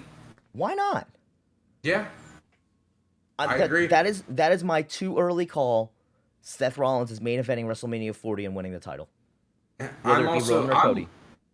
I'm more upset about Raw's main event than Night 2's main event. Oh yeah, we haven't even touched on that yet. Let's just go right into that too, because that's really the only. Well, there's a few other notes from Raw that we have to touch. Again, we were hearing about the last minute changes and everything. The few things that we did get that were good. We get Ray versus Austin Theory, and then Dom gets involved. Bad Bunny gets involved again, and it leads to a face-off between Dom and Bad Bunny, which they were rumoring, and that's going to go into Backlash. Which is good because Bad Bunny's the host in Puerto Rico for that show. And it's great though because then you had Priest getting involved with it too, and then Priest has to gets into the whole he's my boy. It would have been way worse if he wasn't my boy. Like they're really building. They can really build something out of that. There's a story there. Absolutely, there's very much a story. Miz, when he came out and cut his whole thing, who did we get as our return? That neither one of us called. Bro, I called that. No, neither one of us called that. Oh. You called Big E, I called Randy. We didn't get either one. We also didn't get, again, no call-ups, no debuts. Yeah. When they had Matt Riddle come out, did you think Randy was coming behind him? No. I thought it was going to be just Matt Riddle.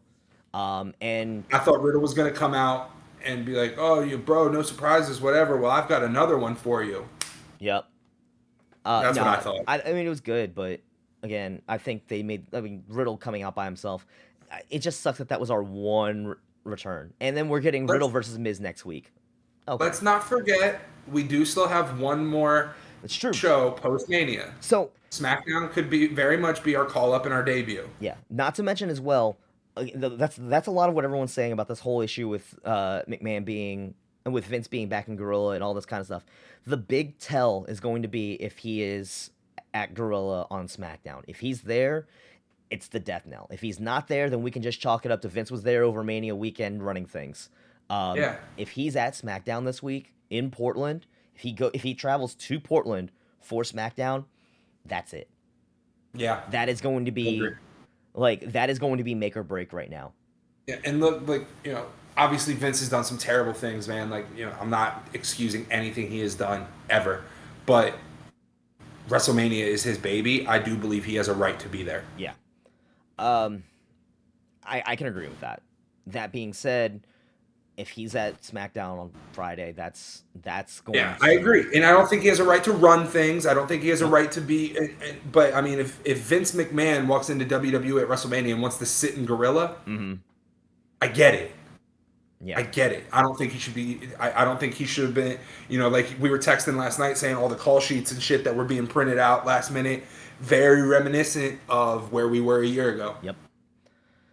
All right, we got to speed this up a little bit. Let's go ahead and get into the main event as well.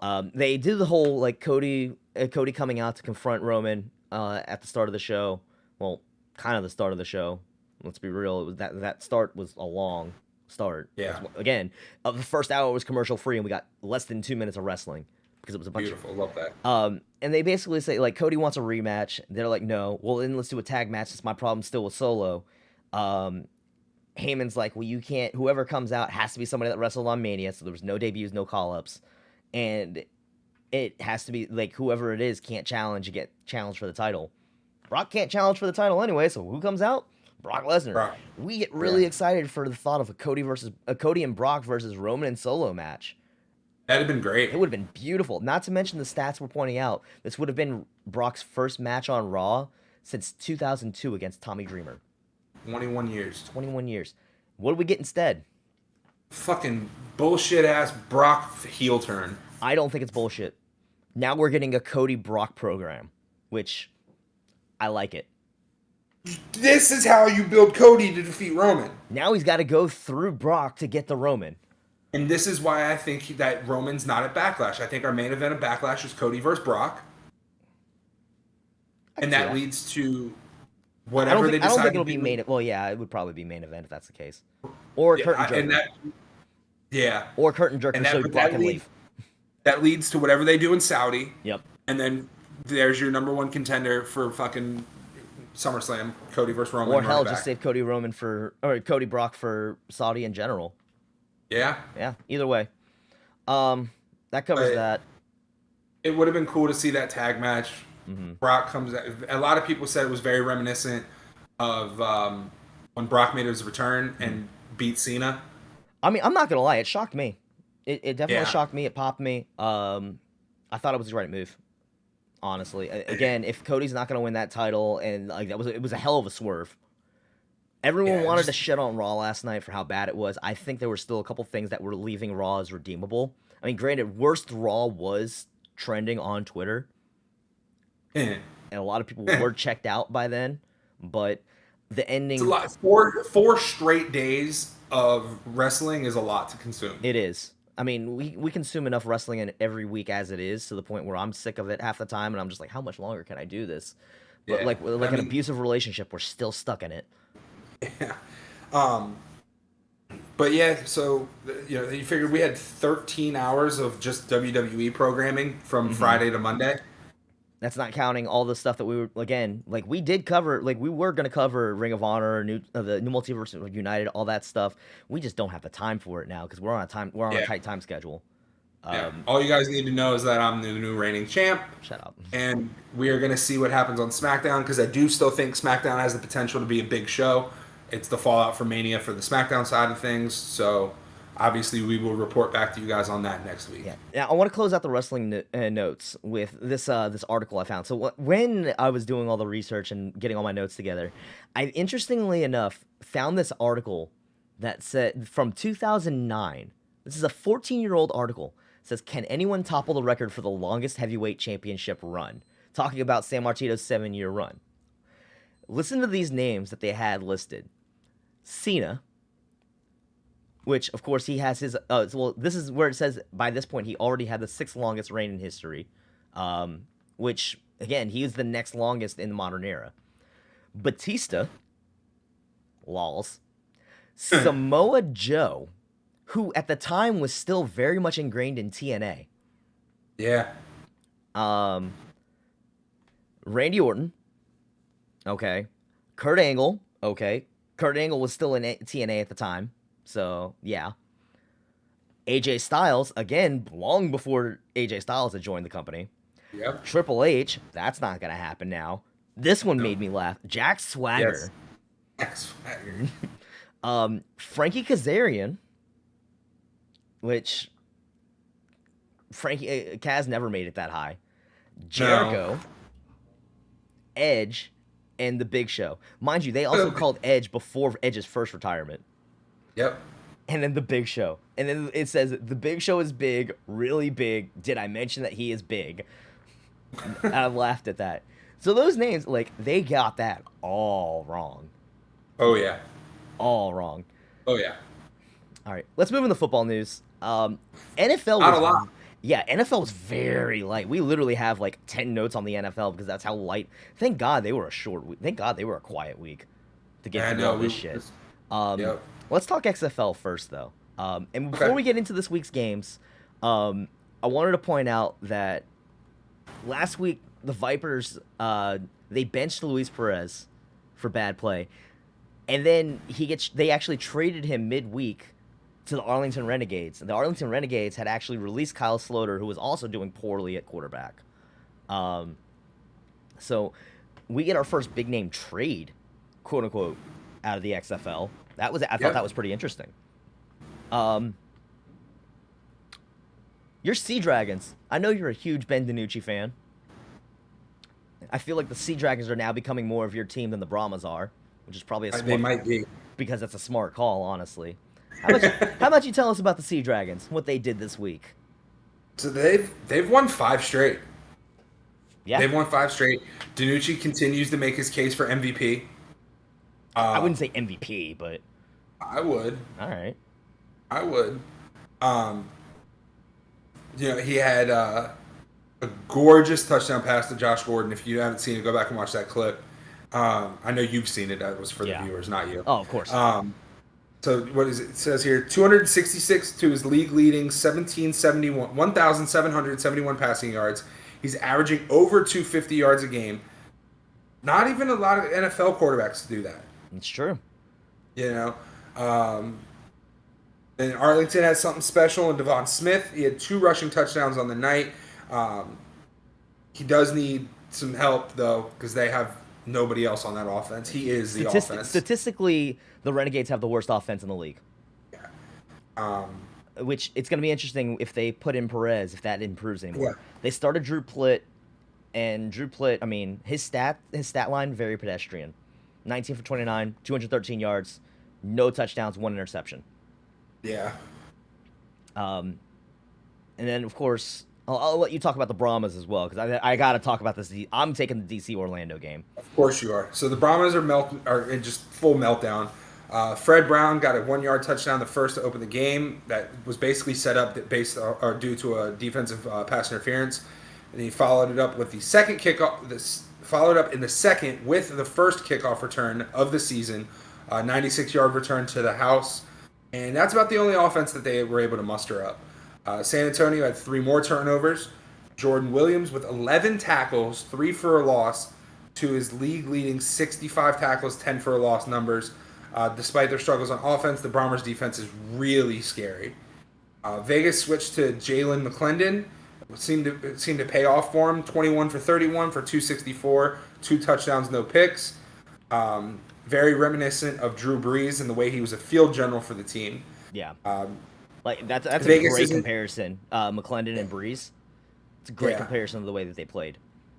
Vegas isn't really jumping off the page, with the exception of Rod Smith hurdle for a touchdown in the third. Did you see that Your hurdle? highlights of hurdle. I did. Beautiful hurdle. They played safe, smart football, got them a win.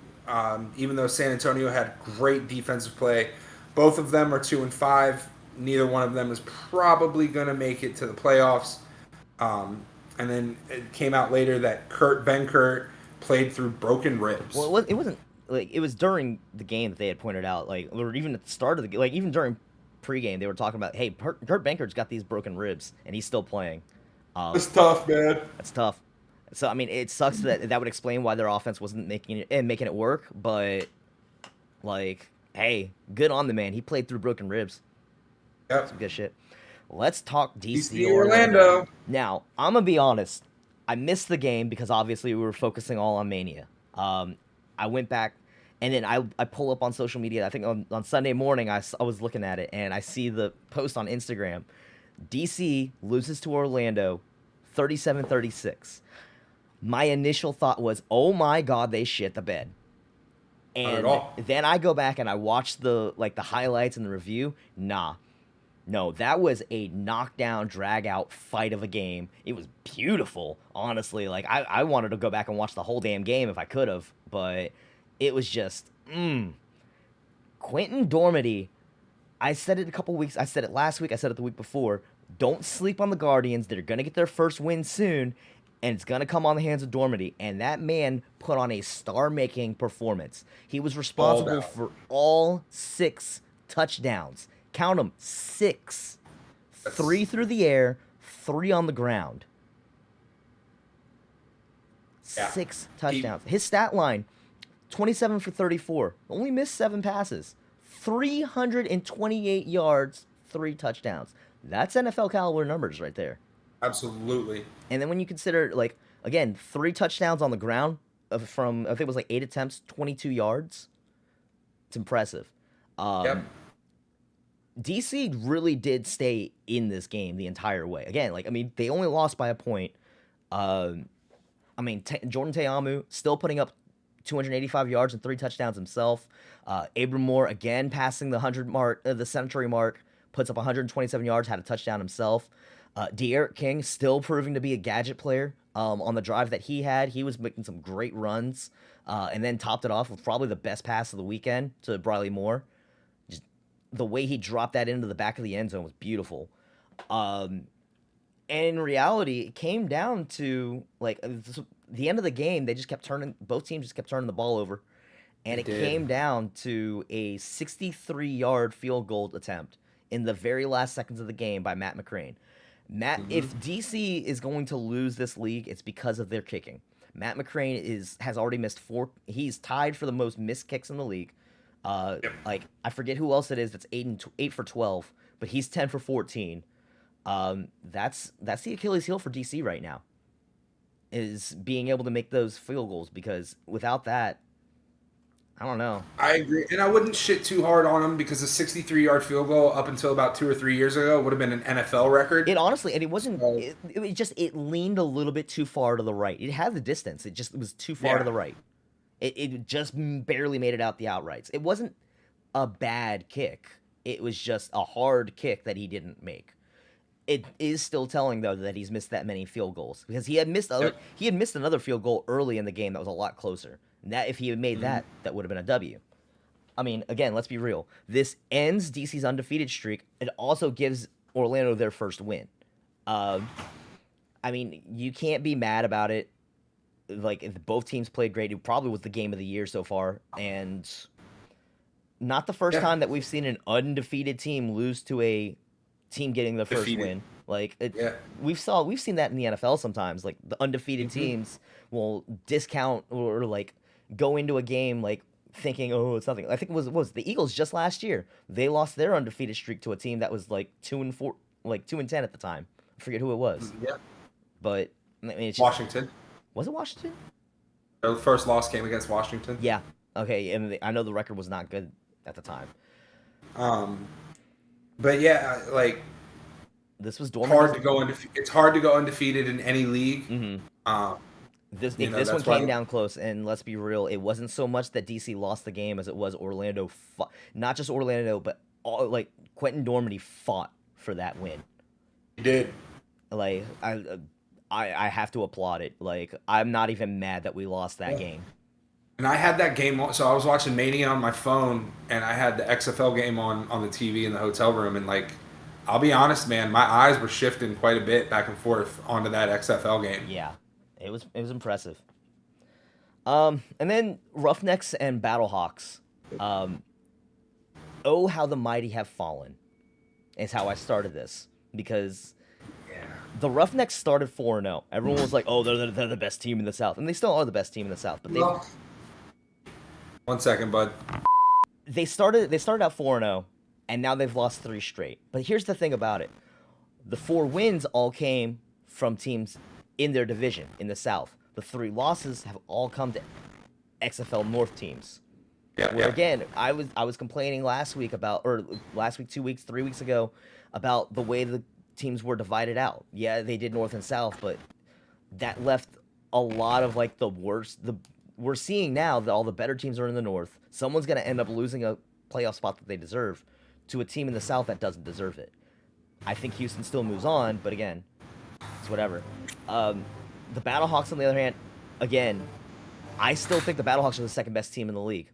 A great defense. McCarron, this is why I say DiNucci's not in the running for MVP. McCarron's numbers, yeah, he's got 200 less passing yards, but that touchdown to interception and differential is making a huge difference. 15-4. 17 touchdowns to 4 interceptions on the season. And I mean, he's at 1,500 yards himself. 1,544. The run game, though, for the Battlehawks that needs some work. Brian Hill comes in, only puts up 53 yards, is responsible for 2 fumbles. They got to figure that out. And I know they just signed, I think it was Philip Lindsay, former Broncos. So that should help their running game out. And I saw that, and at first I thought it was an April Fool's joke. No, they really signed Philip Lindsay, which good for him. Absolutely. Other side of the bed, I was trying to figure out why. I mean, other side of the ball. Cole McDonald shat the bed, and he comes in. He's covering for Brandon Silvers. Brandon Silvers, of course, is out this week for injury. He comes in. This stat line is disgusting, and not in a good way. 15 for 32, 106 yards, 1 touchdown, 1 interception. Yeah. That's some terrible numbers. You're not winning many games with that. No. On the defensive side of that, though, we have William Likely comes in, scoops up one of those fumbles from Brian Hill, runs it back to the house for 35 yards. That's the only thing that kept this game close. Outside of that, though, A.J. McCarron just lit the scoreboard up the rest of the way. it's a big takeaway. We got to reorganize these divisions. Still, we got to work on that. Yeah. Yeah. All right, we do have a few notes for the NFL. Not a lot, but we got some. Yeah. So the NFL approved a rule change that will allow players to wear the number 0. Calvin Ridley and Micah Parsons made claims that they were going to do it, but Micah lost out on it. Yep. It's going to go to our safety, Jaron Kearse. That makes sense, man. Micah Parsons probably sold a hell of a lot more jerseys than Jaron Kearse did, so you don't want to render your 11 jerseys obsolete after 2 years. It would make them collectible at that point. Yeah. Yeah, it's whatever. Some around that same time, Falcons had reached the agreement on a 1-year deal with a Scotty Miller, adding to that receiving room, which needs the help. This one I thought was funny. This is hilarious. ESPN NFL on Instagram, and this is a direct quote. Robert Kraft says Meek Mill texted him that Lamar wants to play for the Patriots. This has caused a lot of drama. Because now the Patriots are so well known for paying quarterbacks top money. Mm-hmm. And wasn't it just last week that we were talking about? Somebody was saying that there was a lot of disputes between the team supporting either Mac Jones or Bailey Zappi. Yeah, it was split. Yeah, the locker room was split on them. You have on here that today Mac Jones actually requested a trade. He did. And apparently the Patriots shopped him around a bit to see what they could potentially get for him. Not only that, but there's a lot of discussion now that the Patriots might be in the running for one of the quarterbacks in this heavy draft class for quarterbacks. Yeah. I saw a couple. I don't think it's going to happen, but I did see a couple mock drafts that showed Anthony Richardson dropping all the way to the Patriots pick. I don't think it happens. No, but it's telling that they're going to be looking for a quarterback. Yeah. Sean McVay, he told reporters at the annual league meeting that Matt Stafford is healthy and ready for the season. So it looks like we're going to get another year of Matt Stafford. We already knew that, but it's good to see that he'll be at full health by then. Right. We just spoke of the Falcons. They also signed Calais Campbell. That's a big signing. That is a big signing. He might be a little up there in age, but he's still one of the best defensive linemen in the league. Absolutely. Marvin Jones announced that he's returning to the Lions on a 1-year deal. So, hey, welcome back. Yeah. I think that receiving room is going to get interesting.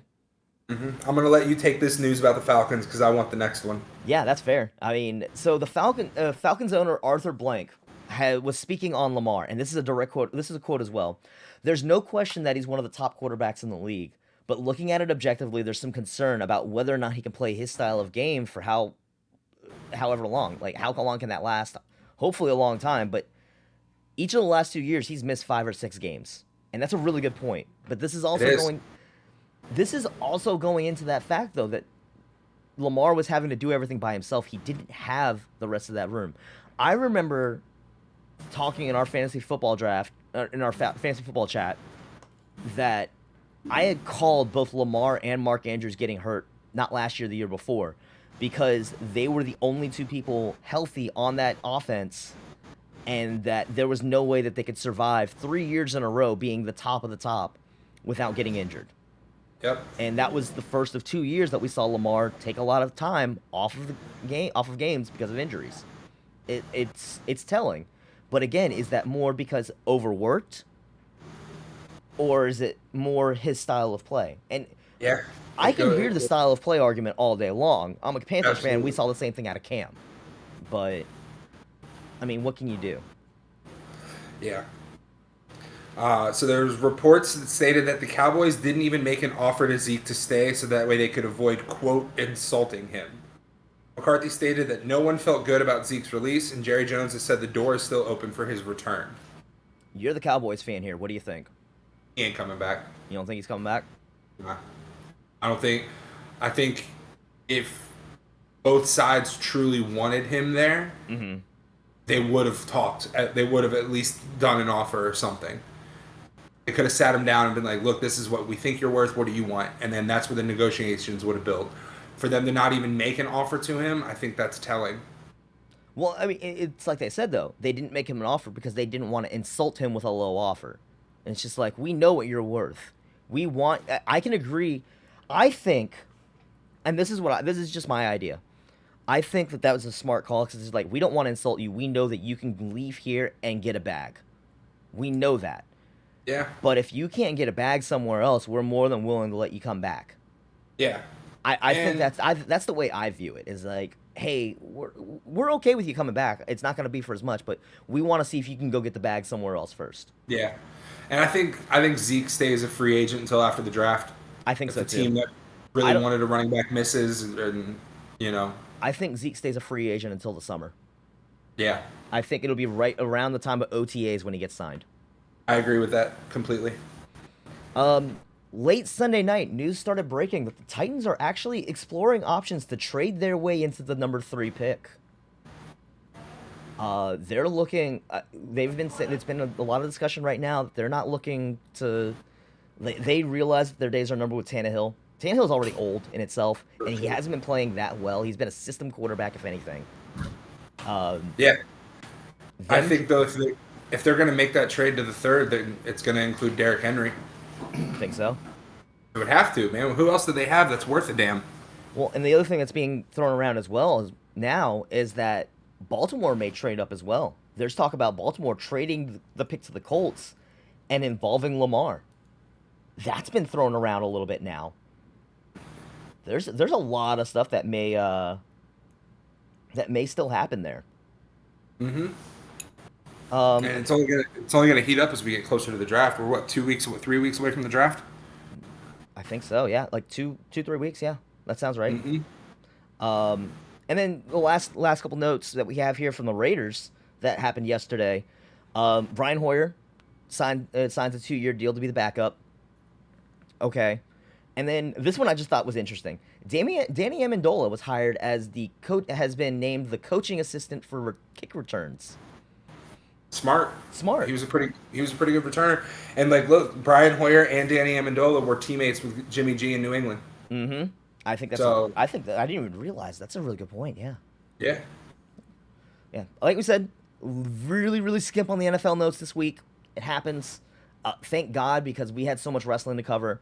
That's gonna do it for us this week, though. Yeah. We said we got to keep this one short. We do, anyways. I got a doctor's appointment I got to hit in about 30 minutes, so I got to move. Yeah, you got to move. I got a doctor's appointment to hit. Thanks everybody for tuning in. We will be back next week in our usual Tuesday spot. Yes. Again, make sure you follow us on YouTube, follow us on Facebook, follow both of us on Twitter. Throw us likes, throw us shares, throw us subscribes, leave a comment.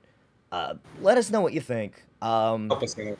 Yeah, we're getting there. Slowly and steadily, we're getting there. Mm-hmm. But that's gonna do it for us this week. Thanks, guys, for tuning in. Until next week, we're out. See ya.